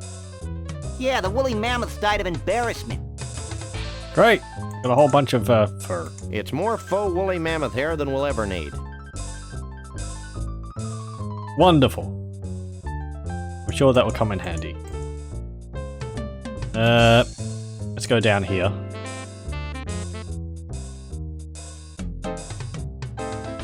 And... oh, tar pit. Slide. This place evokes a sense of wonder. You have to wonder. This line's not moving very quickly. The same thing could be said about the plot. That's not funny, Max. This line's not moving very quickly. Yeah. The same thing could be said about the plot. I wasn't That's looking not at funny, the line. Max. Fine. Anything else in there? Oh, it's a natural woodland creature enjoying the advancements of humankind. And his friend with the snout seems to be submerged in the fun as well.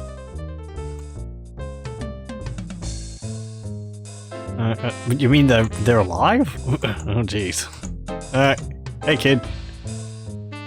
What's going on here, you cute little ragamuffin? What does it look like, Barface? You should show more respect toward your elders, Sonny. Respect this, Bowser Breath. Ooh, can I pummel him now, Sam? No, Max. Puberty will be punishment enough for this one. True. Anything else? Can we cut in line? Not on your life, Fido. We want to ride the tar slide. Line forms in the back, Shep. A lot of attitude. Oh, the humanity. Where? So long, Squirt. We use Max on him. It's Max. I don't think he'd want that. No, I suppose not. That's kind of the point. You must be this tall. Well, let's go up then. Looks like this elevator will take us up into Washington's nose. Bungee. Okay, let's use the elevator. And see what we can see up here. Ooh.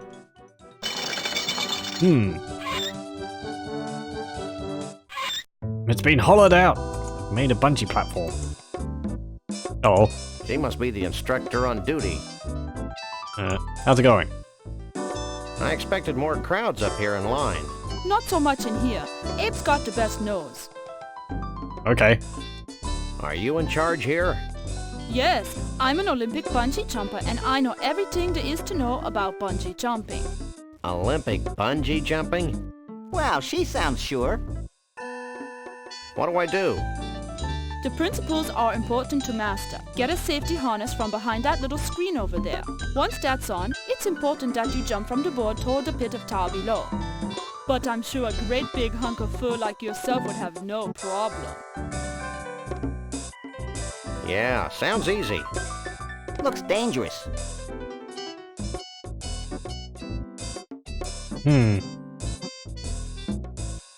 Hey, that furry pig thing is still down there. That's the beauty of this tar.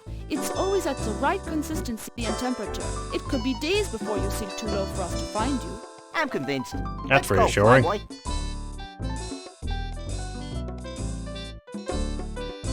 How can we resist such an enjoyable pastime? My nose is running. Whose isn't? Well, we can't ask you about anything Bye. else. So long, cutie. What's over here? That's kind of a long drop. You are right up on the edge, though. Wait, you need your bungee jumping safety suit. There's one hanging behind the screen. Oh. Okay, we'll just go get one.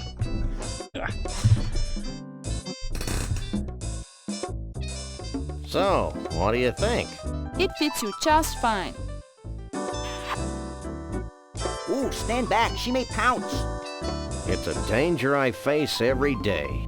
So, Max, what do you think?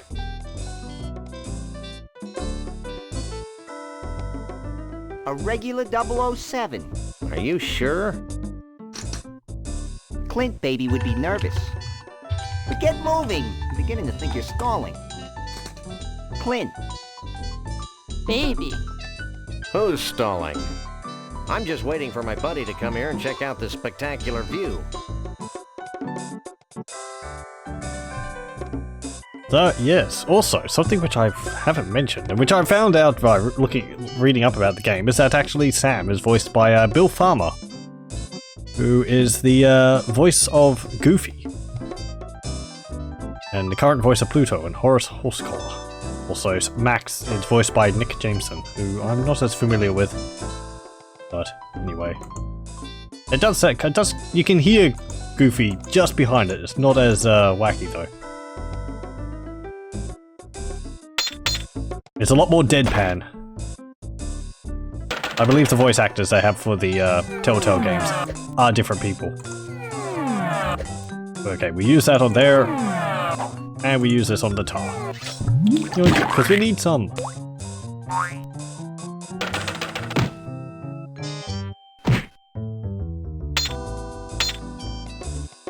Yay, we got tar.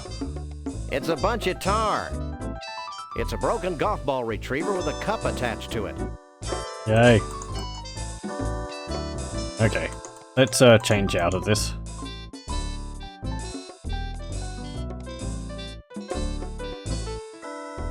And we'll go down.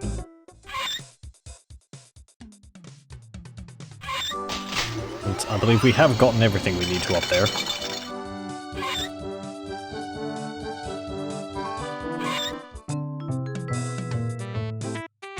I'm really kind of speeding through things. I might be able to finish this in this session. How much more would be to go?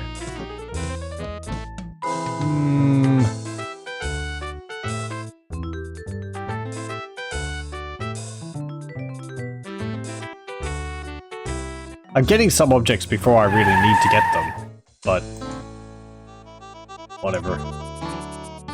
What is it? What's this place?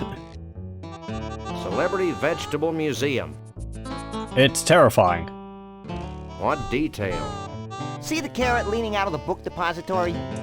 Never mind that. What about the string beans behind the fence on the grassy knoll? So this is where it all happens. It's making me hungry, Sam. You don't want to eat these veggies, little buddy. They've all got faces on them. And?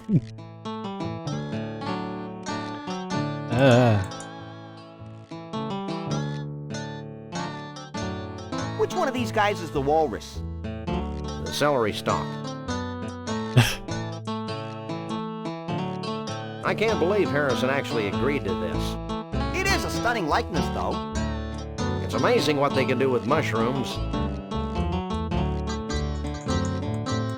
Remaindered Conroy Bumpus eggplants. I guess his 15 minutes of fame are about up. Can we take one? Oh, we can. Okay. Hey there. I applaud this woman's monomania. Your likeness from picture. Okay. Hey there, how's it going? This is a monument to human ingenuity. Thanks bunches, Sonny. Was that a compliment?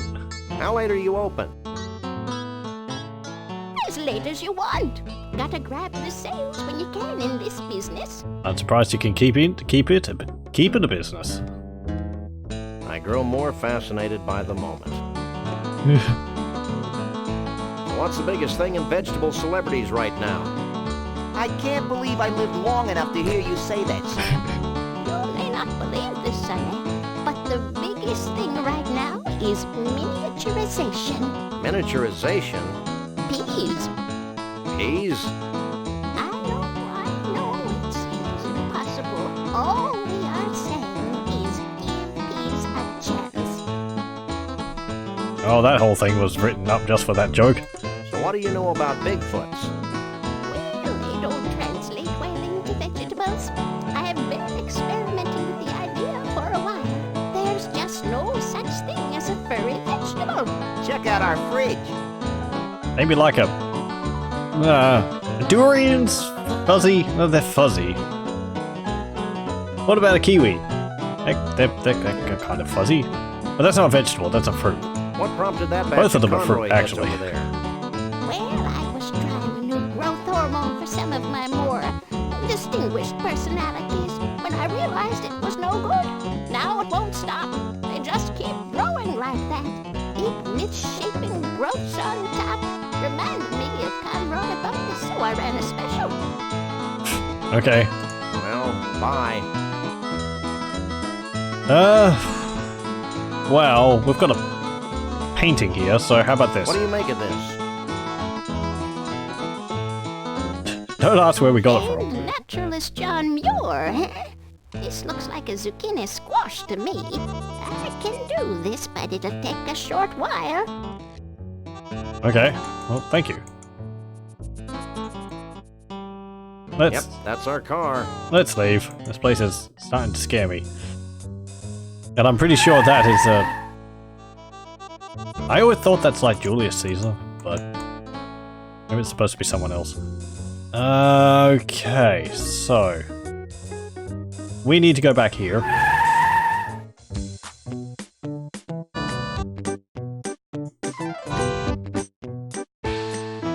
And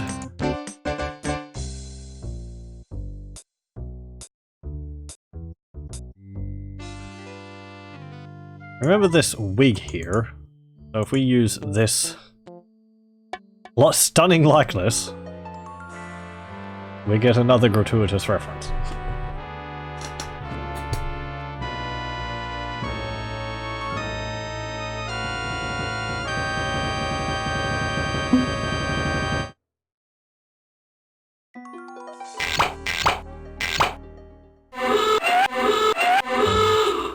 Hey! That hurts! Knock it off!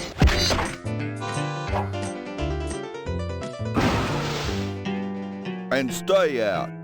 How's that different from when we just tried to pick it up the first time? Whatever. I suppose maybe he thinks it's still there. It's Conroy's toupee. Well, one of them at least. Okay, so we've got multiple items. It's a Stillwalker's costume. We have to get into the Bigfoot party somehow. But we're not a Bigfoot. However, maybe we could make ourselves look like a Bigfoot. Use this tar on Now the the costume is covered with tar. costume. Now it's all sticky. It's a Stiltwalker's costume covered with tar. Use the fur on the costume. Now we've got a Stiltwalker's costume covered with tar and faux woolly mammoth hair. It's a Stiltwalker's costume covered with tar and faux woolly mammoth hair. Yeah, okay. And use this wig on it. Okay, I've attached Conroy Bumpus' toupee to the Stiltwalker's costume. It's a Stiltwalker's costume covered with tar, faux woolly mammoth hair, and a toupee. What a mouthful. Let's go back to the hotel. Inn. It says, give us Neil Jitney. Close enough for jazz. Let's go. Let's go in here. And we'll use our cunning disguise on the I can't use these things. I can't use these things together. Brother, I'd like you to... I guess we could try it on. Thank you. It actually recognized me saying to use it.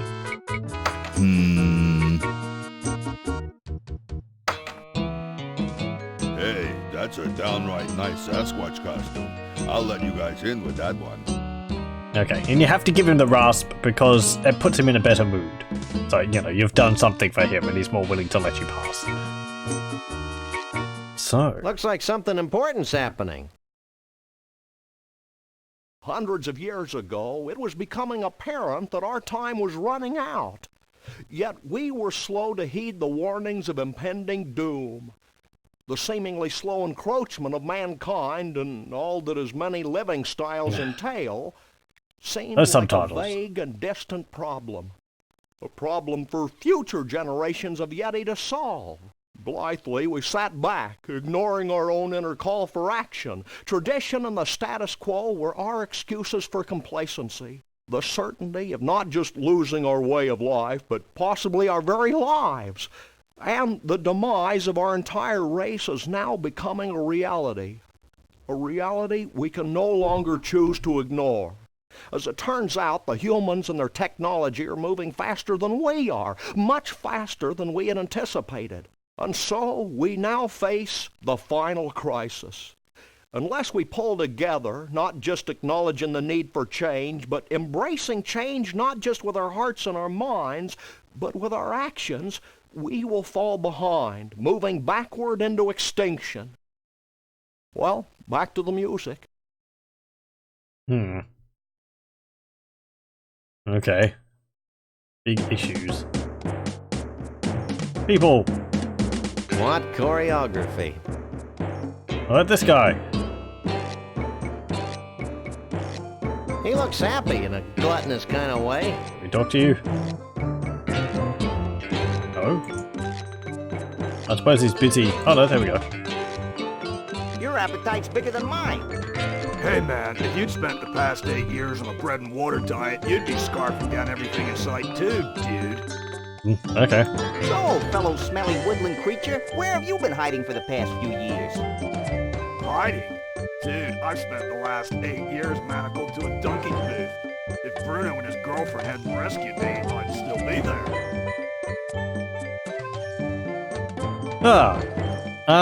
That's the, Bigfoot which was at the, Gator Golf place. Apparently, Bruno and Trixie actually managed to get there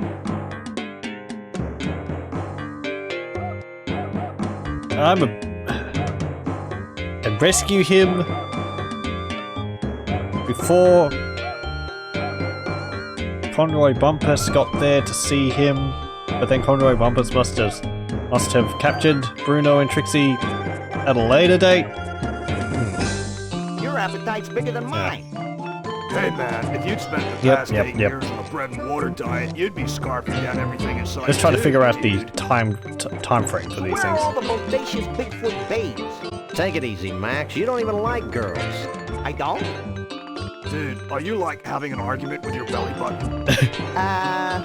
No. Okay. Have you seen Bruno around? I haven't seen the dude since he rescued me. I hear he's hiding out from a crazy bear and bunny who want to drag him off to an evil carnival. Bear? What was that? Yes. Have you heard from Trixie? I guess she's hiding out with Bruno. Okay. Have you seen Conroy Bumpus around here? Is he the guy that coined the phrase hang 10? No, he's a country western star going berserk. Ugh, heinous. Okay, so no. I'll let you get back to your food. Mahalo, dude. Yeah, what about this thing? Can we look at this? Or is this the background? I don't think we could look at anything on the table, really. What choreography? Nope. Can we talk to them? One does not cut in on a Bigfoot. Nope. Are they in line or something? Yeah, whatever. What about this guy? He looks spooky in a cheery sort of way. Hey there. Hey, Slacks! What is it, Grasshopper? Didn't we meet last summer in Cancun? I don't think so. I was hanging upside down in a block of ice last summer. How'd that happen? Oh, the usual. I was strolling in the Andes, minding my own business, when some idiot mountain climber comes along and yells, "Hey, it's the abominable snowman!" Next thing I know, there's an avalanche, and I'm covered in 20 feet of snow. When I wake up, I'm hanging upside down in an ice block in some place called the Mystery Vortex. I wonder how people don't starve when they're inside a large block of ice, but I suppose that detail doesn't matter. You're the skinniest Bigfoot I've ever seen. I've been fasting in preparation for the day when the aliens come to rescue us. Okay. Hey, it's the abominable. Let me forget it. Has Bruno shown up yet? Keep your voice down. Bruno's involved in a top-secret reconnaissance mission to the aliens' home planet. Okay. Of course. How silly of me to forget. Oh, we have seen Have you seen aliens. Bruno's girlfriend anywhere? Or at least She's helping all men. Bruno contact the aliens. Oh, yeah. You haven't run into Conroy Bumpus, have you? No, but I know how to deal with him. He has a near-fatal vulnerability to ice, like all beings from the evil planet Snardton. We'll keep that in mind. Thanks. We'll catch you later. Figure speech. Might be useful later. Hello. She looks friendly in a scary sort of way. How's it going? Hubba, hubba, hubba. Whose little Bigfoot are you? Vanuatu's. Vanuatu? Vanuatu.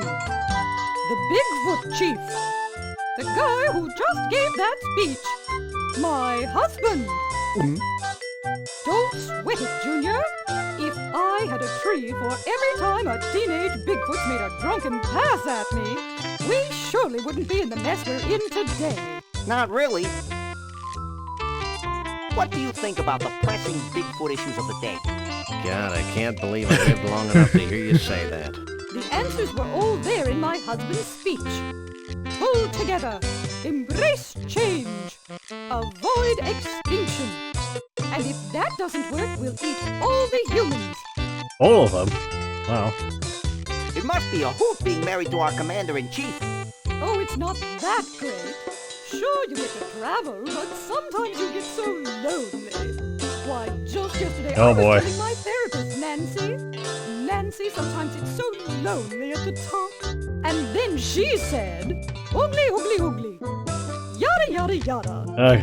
Gee, your hair smells terrific. That's great. You should talk to my hair boy. specialist, Janet. She does marvelous work. Why, just last autumn, she was soaking my head and I said, Janet, you're just about the best hair care specialist I've ever known. And then she Right. Have you seen What about Bruno? Bruno? Why, me and Mr. V have known little Bruno since he was knee-high to a pig. Salt of the earth, Bruno is. Nicest, most generous Bigfoot you'll ever meet. Dumb as a post, of course, but generous. Why, just the other day I was talking to my manicurist, Kimmy, and I said, Kimmy, that Bruno has got to be the dumbest creature to ever walk the surface of the planet.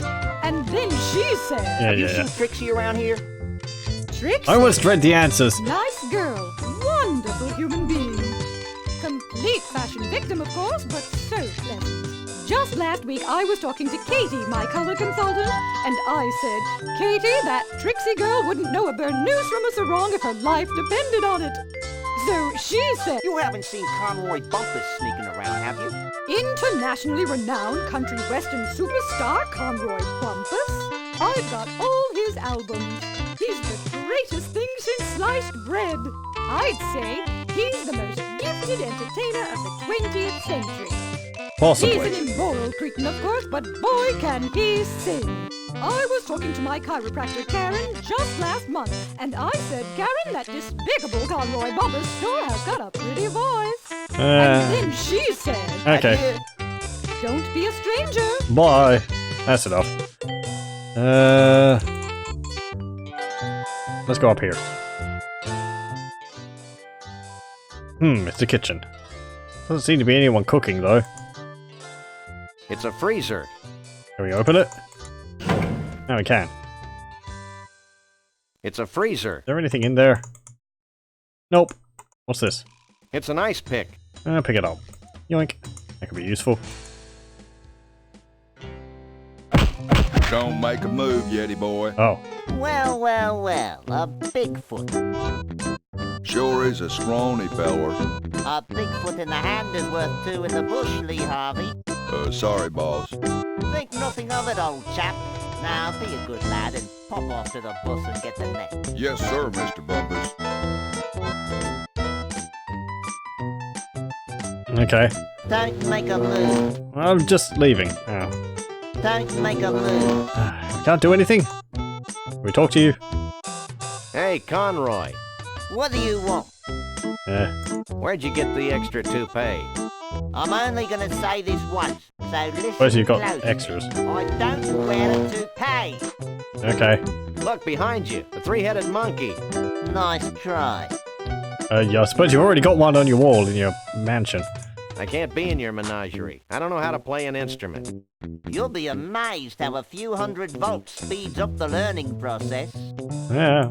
Why do you persecute harmless Bigfoots? Harmless? Harmless? I'll have you know my parents were killed by a rabid Bigfoot. Really? Well, no. Actually, I'm just a warped, evil person who gets his jollies torturing cute woodland creatures. Well, that's a valid motivation, too. He's honest. Where'd you get that British accent, anyway? I'm originally from Liverpool, twit. You. Okay. I'm not really a Bigfoot, you know. Yeah. Or the other one. I'm amazed so many people have fallen for this. You'll never get away with this. Ooh, I'm so scared. Maybe if we prove it to you. Maybe this'll convince you that I'm not a Bigfoot. Yoink. You again? I left the net back in Bumpus Field. Forget the net. We're gonna disguise ourselves as a Bigfoot. Why? So we can infiltrate their ranks, learn their ways, and pick them off at our leisure. Oh. And no funny stuff, dog boy. I mean, you could have made your own. Much better than ours as well, anyway. Hey. I wouldn't move if I were you. Yeah. Okay. How come I always have to be the tail? Max. Hey, Max, why don't you make yourself useful? That was fun. Now future generations will be able to enjoy his atonal warblings. Are there any more shrimp balls back here? Who are you? We're the freelance police. We just saved your collective hash. Really? Then I guess it'd be okay to make you honorary Yeti chiefs. Walk this way.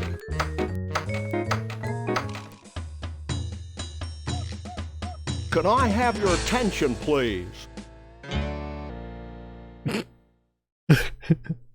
Music just fades out. Although it's our tradition to allow only Bigfoots and their dates to these gatherings, these two have shown themselves worthy of our gratitude and our trust. These are a naive people. And so I'm granting them the title of Honorary Bigfoot Chief. So don't mess with them. That's it? Honorary Bigfoot Chief? Where's the cash? We don't want Bigfoot money, Max. It's probably made of tree bark or something. I know, but it's the principle of the thing. You may now wander freely about the convention floor without concern for your health. Gee, thanks. Think nothing of it. Follow me. Such wonders have been bestowed upon us.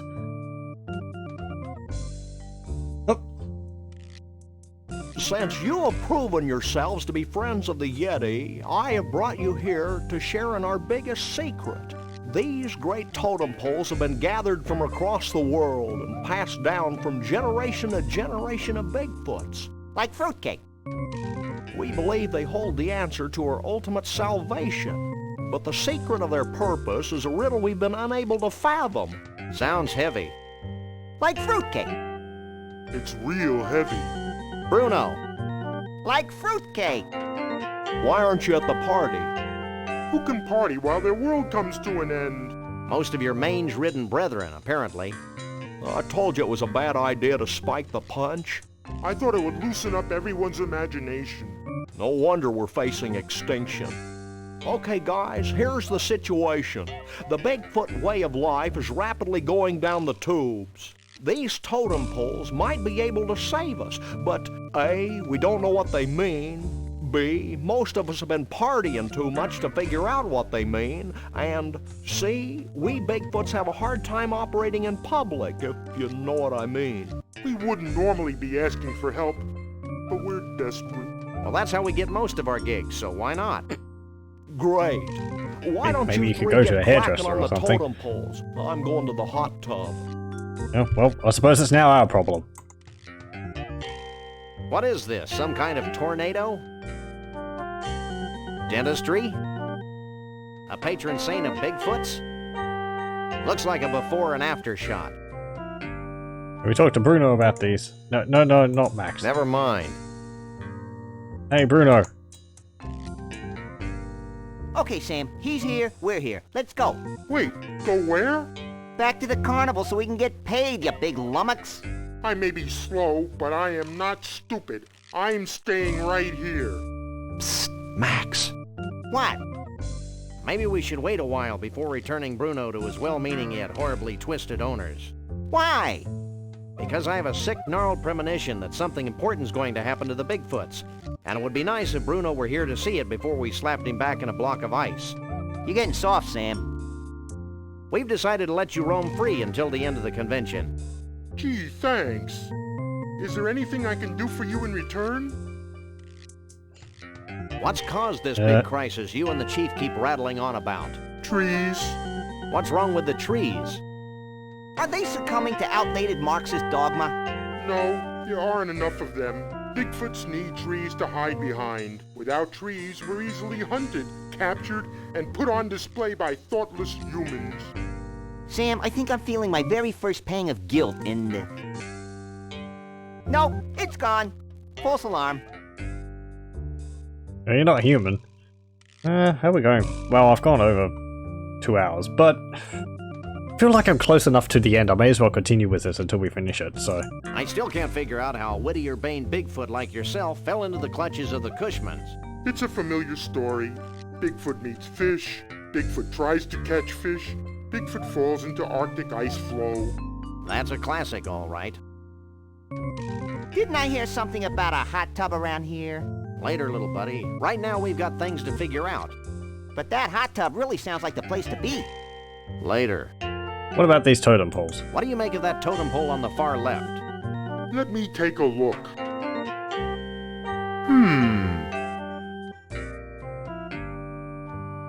Well? It's a totem pole. And? It's made of wood. It's not too late to take him back to the carnival, you know. Any keen Bigfoot insights into the totem pole with a tooth on it? Are you going to be useful for any of them? I've been staring at that one for hours, and... Yes?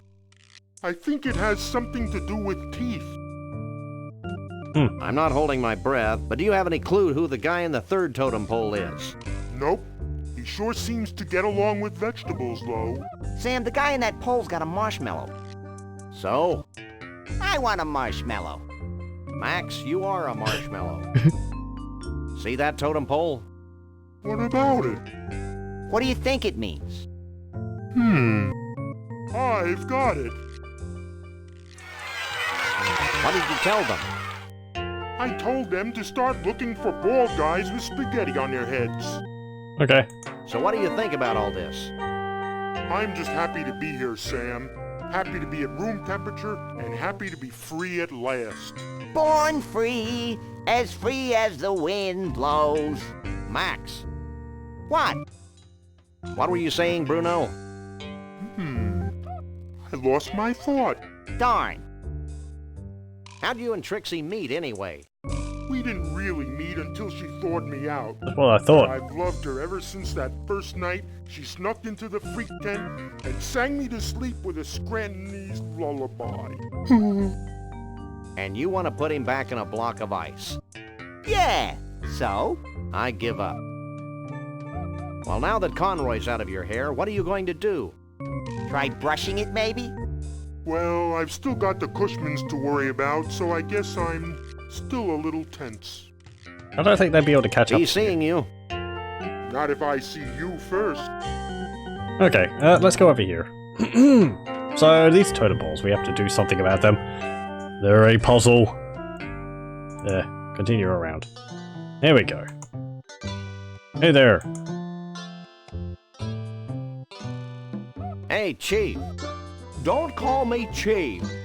But you are. What happens when we've satisfied the requirements laid forth by the totem poles? Strict requirements. The world will be harmonious again. Overly strict requirements. You know, I'm really anxious about this whole totem pole thing. It'll work. Trust me. Okay. I met Anxious once. He's the one with the drool in his beard. That wasn't anxious. It was your cotton candy. Well, that certainly clears up one mystery. What? I'm Whatever. still having nightmares about alligators. I know that everyone involved with this extraordinary quest has had their demons to contend with. But let me make one thing perfectly clear. It'll be worth it. Ack! He said quest! I think my furry little body may break out in a rash of unsightly hives.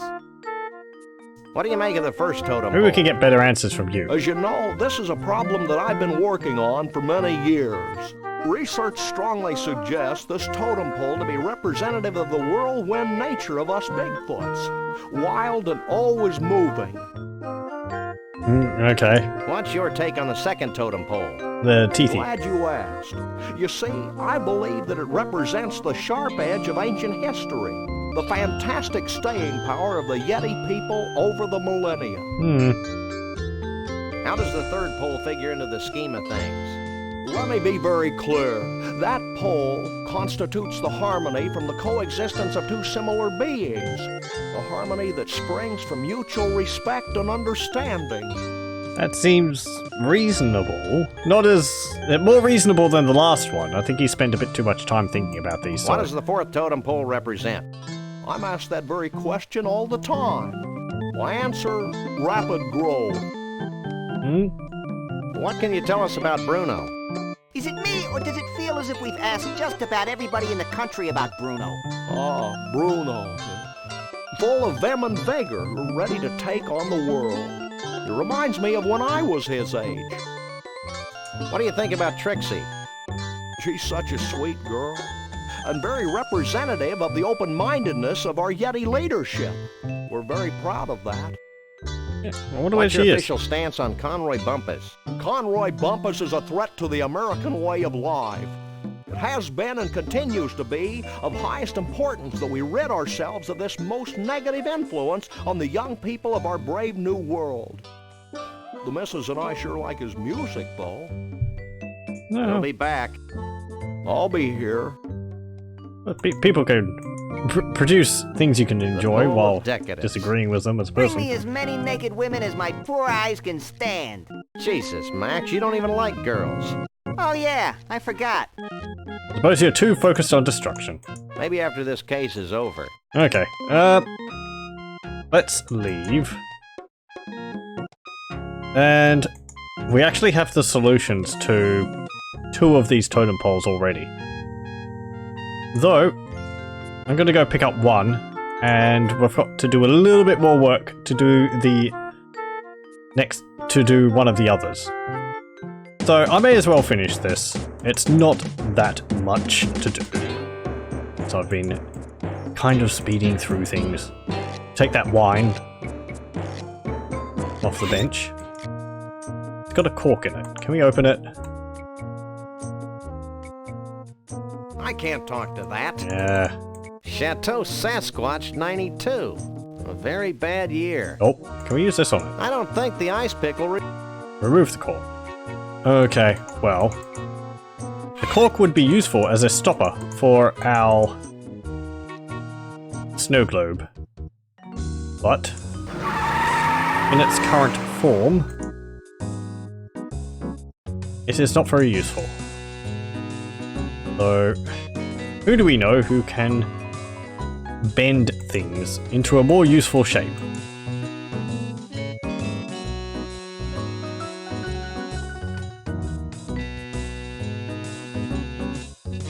Go in. Shake a leg, Max.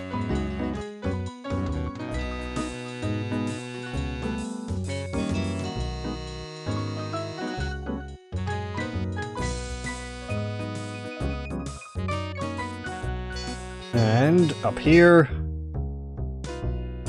Hey guy, I think I've got something which you can bend. Finally. Could you bend this? Sure. Let's see it.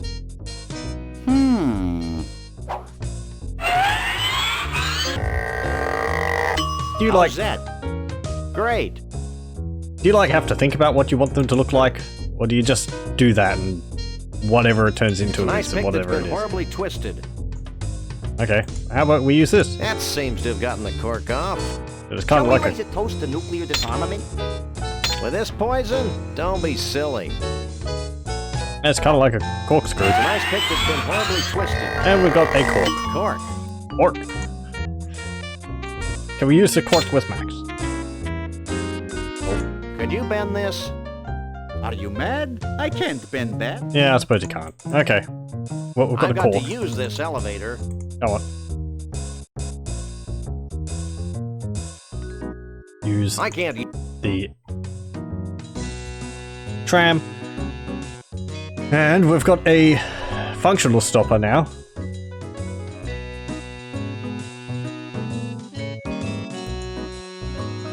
Can we use it preemptively on that? That seems to have capped the snow globe. Yes, we can. Okay. Keep going.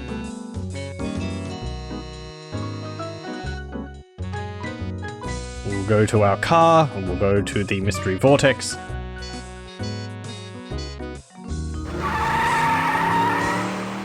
And... we're gonna ride the mystery vortex again. Oh boy!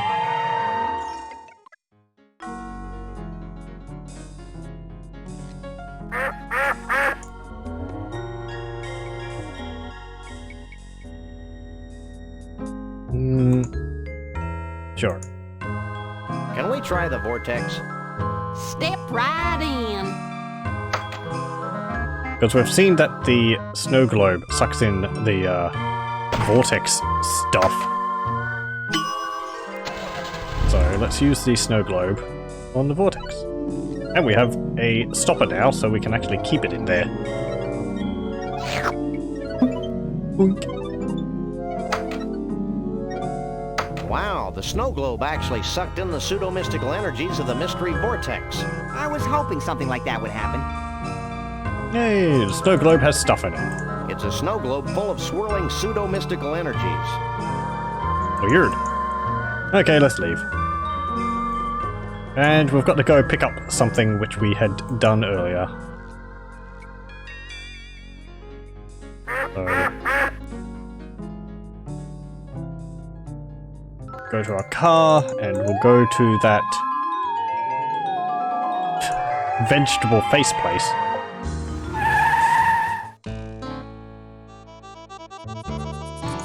And... hello. Where's my John Muir vegetable? Hey, thank you. Here you go, son. A zucchini squash that looks just like John Muir. Gee, thanks, man. Thanks. Bye. Oh, we didn't even have to pay for it. It's a gourd that looks just like John Muir, the naturalist. Okay, let's go back to our car. And we'll go to the inn. And we'll go back to that hot tub. I feel like me knowing all the answers to the puzzles makes this seem a lot easier than it actually was when I played it originally. The solutions for the puzzles were quite challenging. They followed this sort of internal logic of the game, which is weird enough on its own, but anyway, we've got things, so let's use the mystery vortex on this. I think I figured out one of the totem poles. Let me see. And we can just use it on him.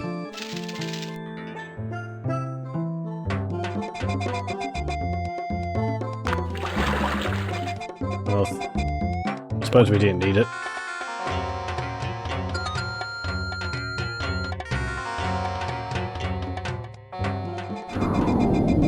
Hey, there it goes. A handheld vortex. Good thinking. Thinking had nothing to do with it. What about this? Oh, that's right. He always walks back and forth if you give it to the I think I chief. figured out one of those baffling totem poles.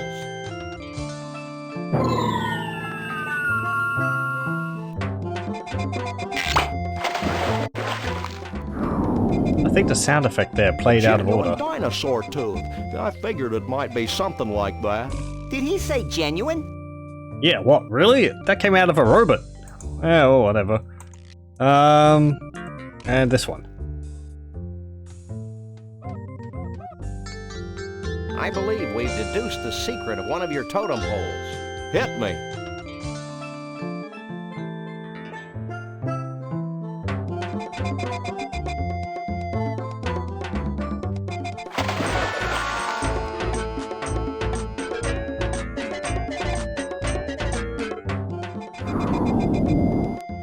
The combination of man and nature.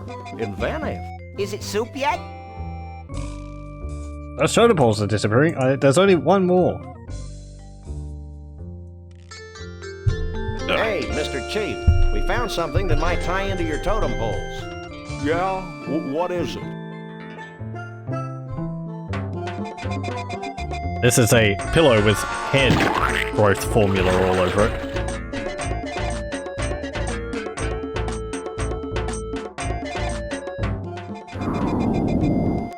Hair growth tonic. Very resourceful. We just like stealing pillows. Well, that should do it, right? Nothing's happening, Sam. What's the story, Pops? I don't know. I'm sure you got the ingredients right, but... Of course. The totem poles disappeared. What? In order for the spell to work, we need a living Bigfoot sacrifice. It'd be a shame to lose one of these furry fellas, don't you think? Wait, I've got an idea, and it doesn't require high explosives. Wait here. While he's gone, I'll go see if any of the Bigfoots wants to off themselves for the greater good.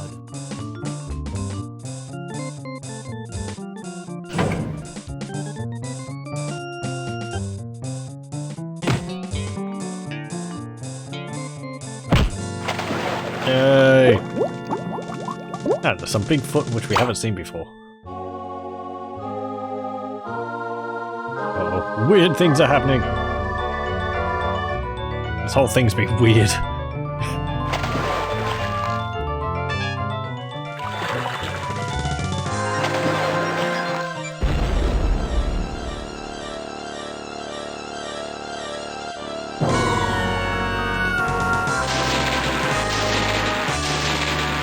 Trees! Oh dear. Well.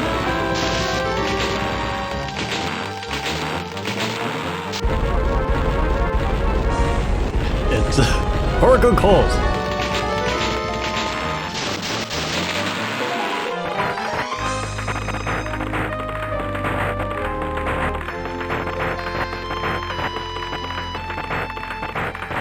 Well, that was one heck of an impressive display.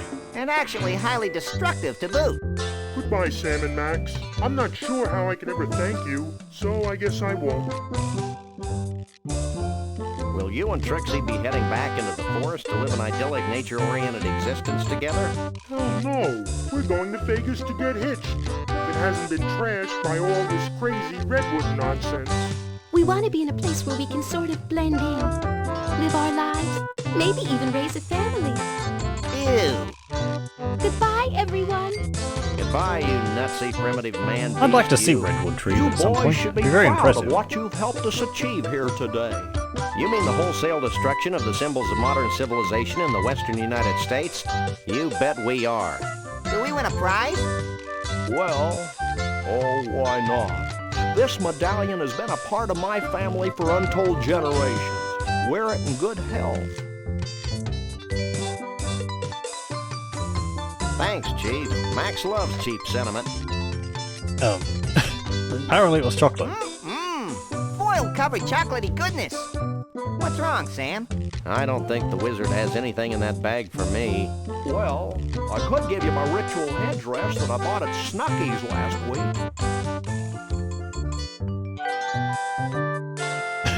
I appreciate the gesture, but I've already got a hat.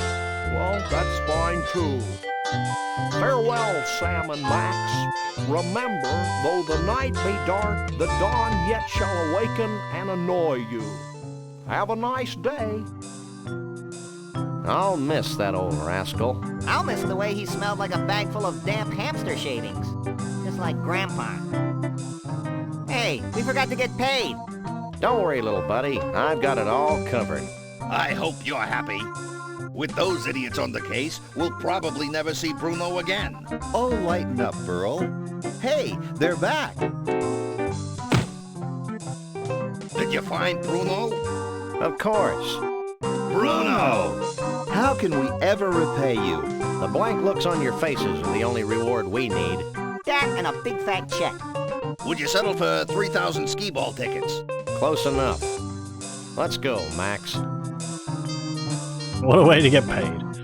You know, Max, I can't help thinking that we foolishly tampered with the fragile inner mechanisms of this little spaceship we call Earth. Gosh, Sam, if a few hundred years of civilization have to be totaled just to ensure that a bunch of smelly quasi-human creatures have a safe haven for their disgusting lifestyles, then so be it. You crack me up, little buddy. Burl, did Bruno always have 4 arms? Yay! And we can shoot things at the end. They have their guns. And that's it. That's the end of Sam and Max Hit the Road. It only took 2 sessions. It was about 3 hours 40 minutes, really. 3 hours 50 minutes? Yeah, something like that. But I was speeding through it a fair bit. So yes, a very enjoyable game. It's more for the witty dialogue. I don't really have much else to add to it. It's just enjoyable because, I don't know, so much of the humor comes from the dialogue and the jokes and characters and just the crazy situations and environments that I can't really add much more to it. These whole point and clicks are rather short, aren't they? I thought they were a bit longer.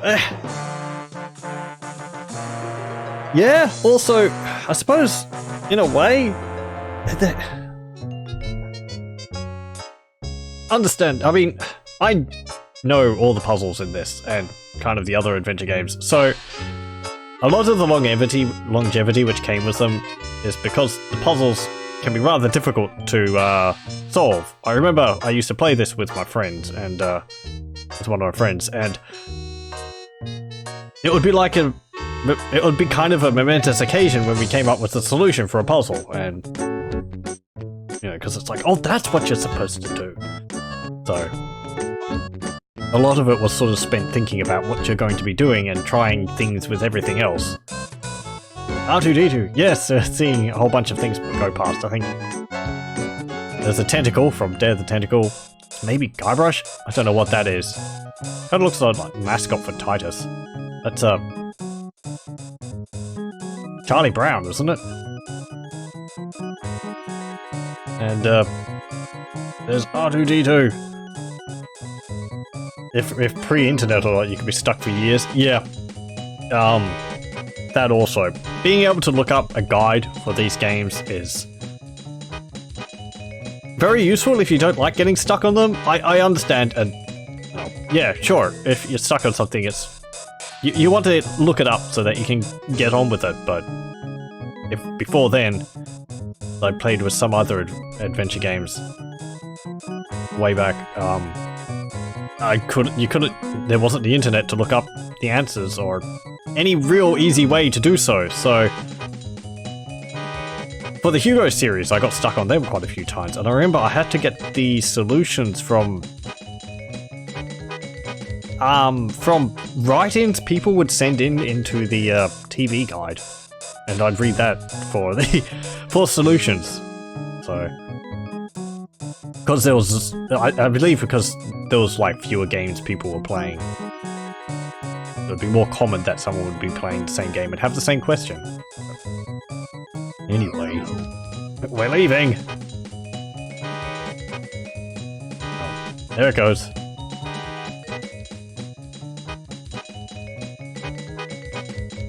Okay, so we lied. You can play this as long as you want. Just shoot, shoot everything.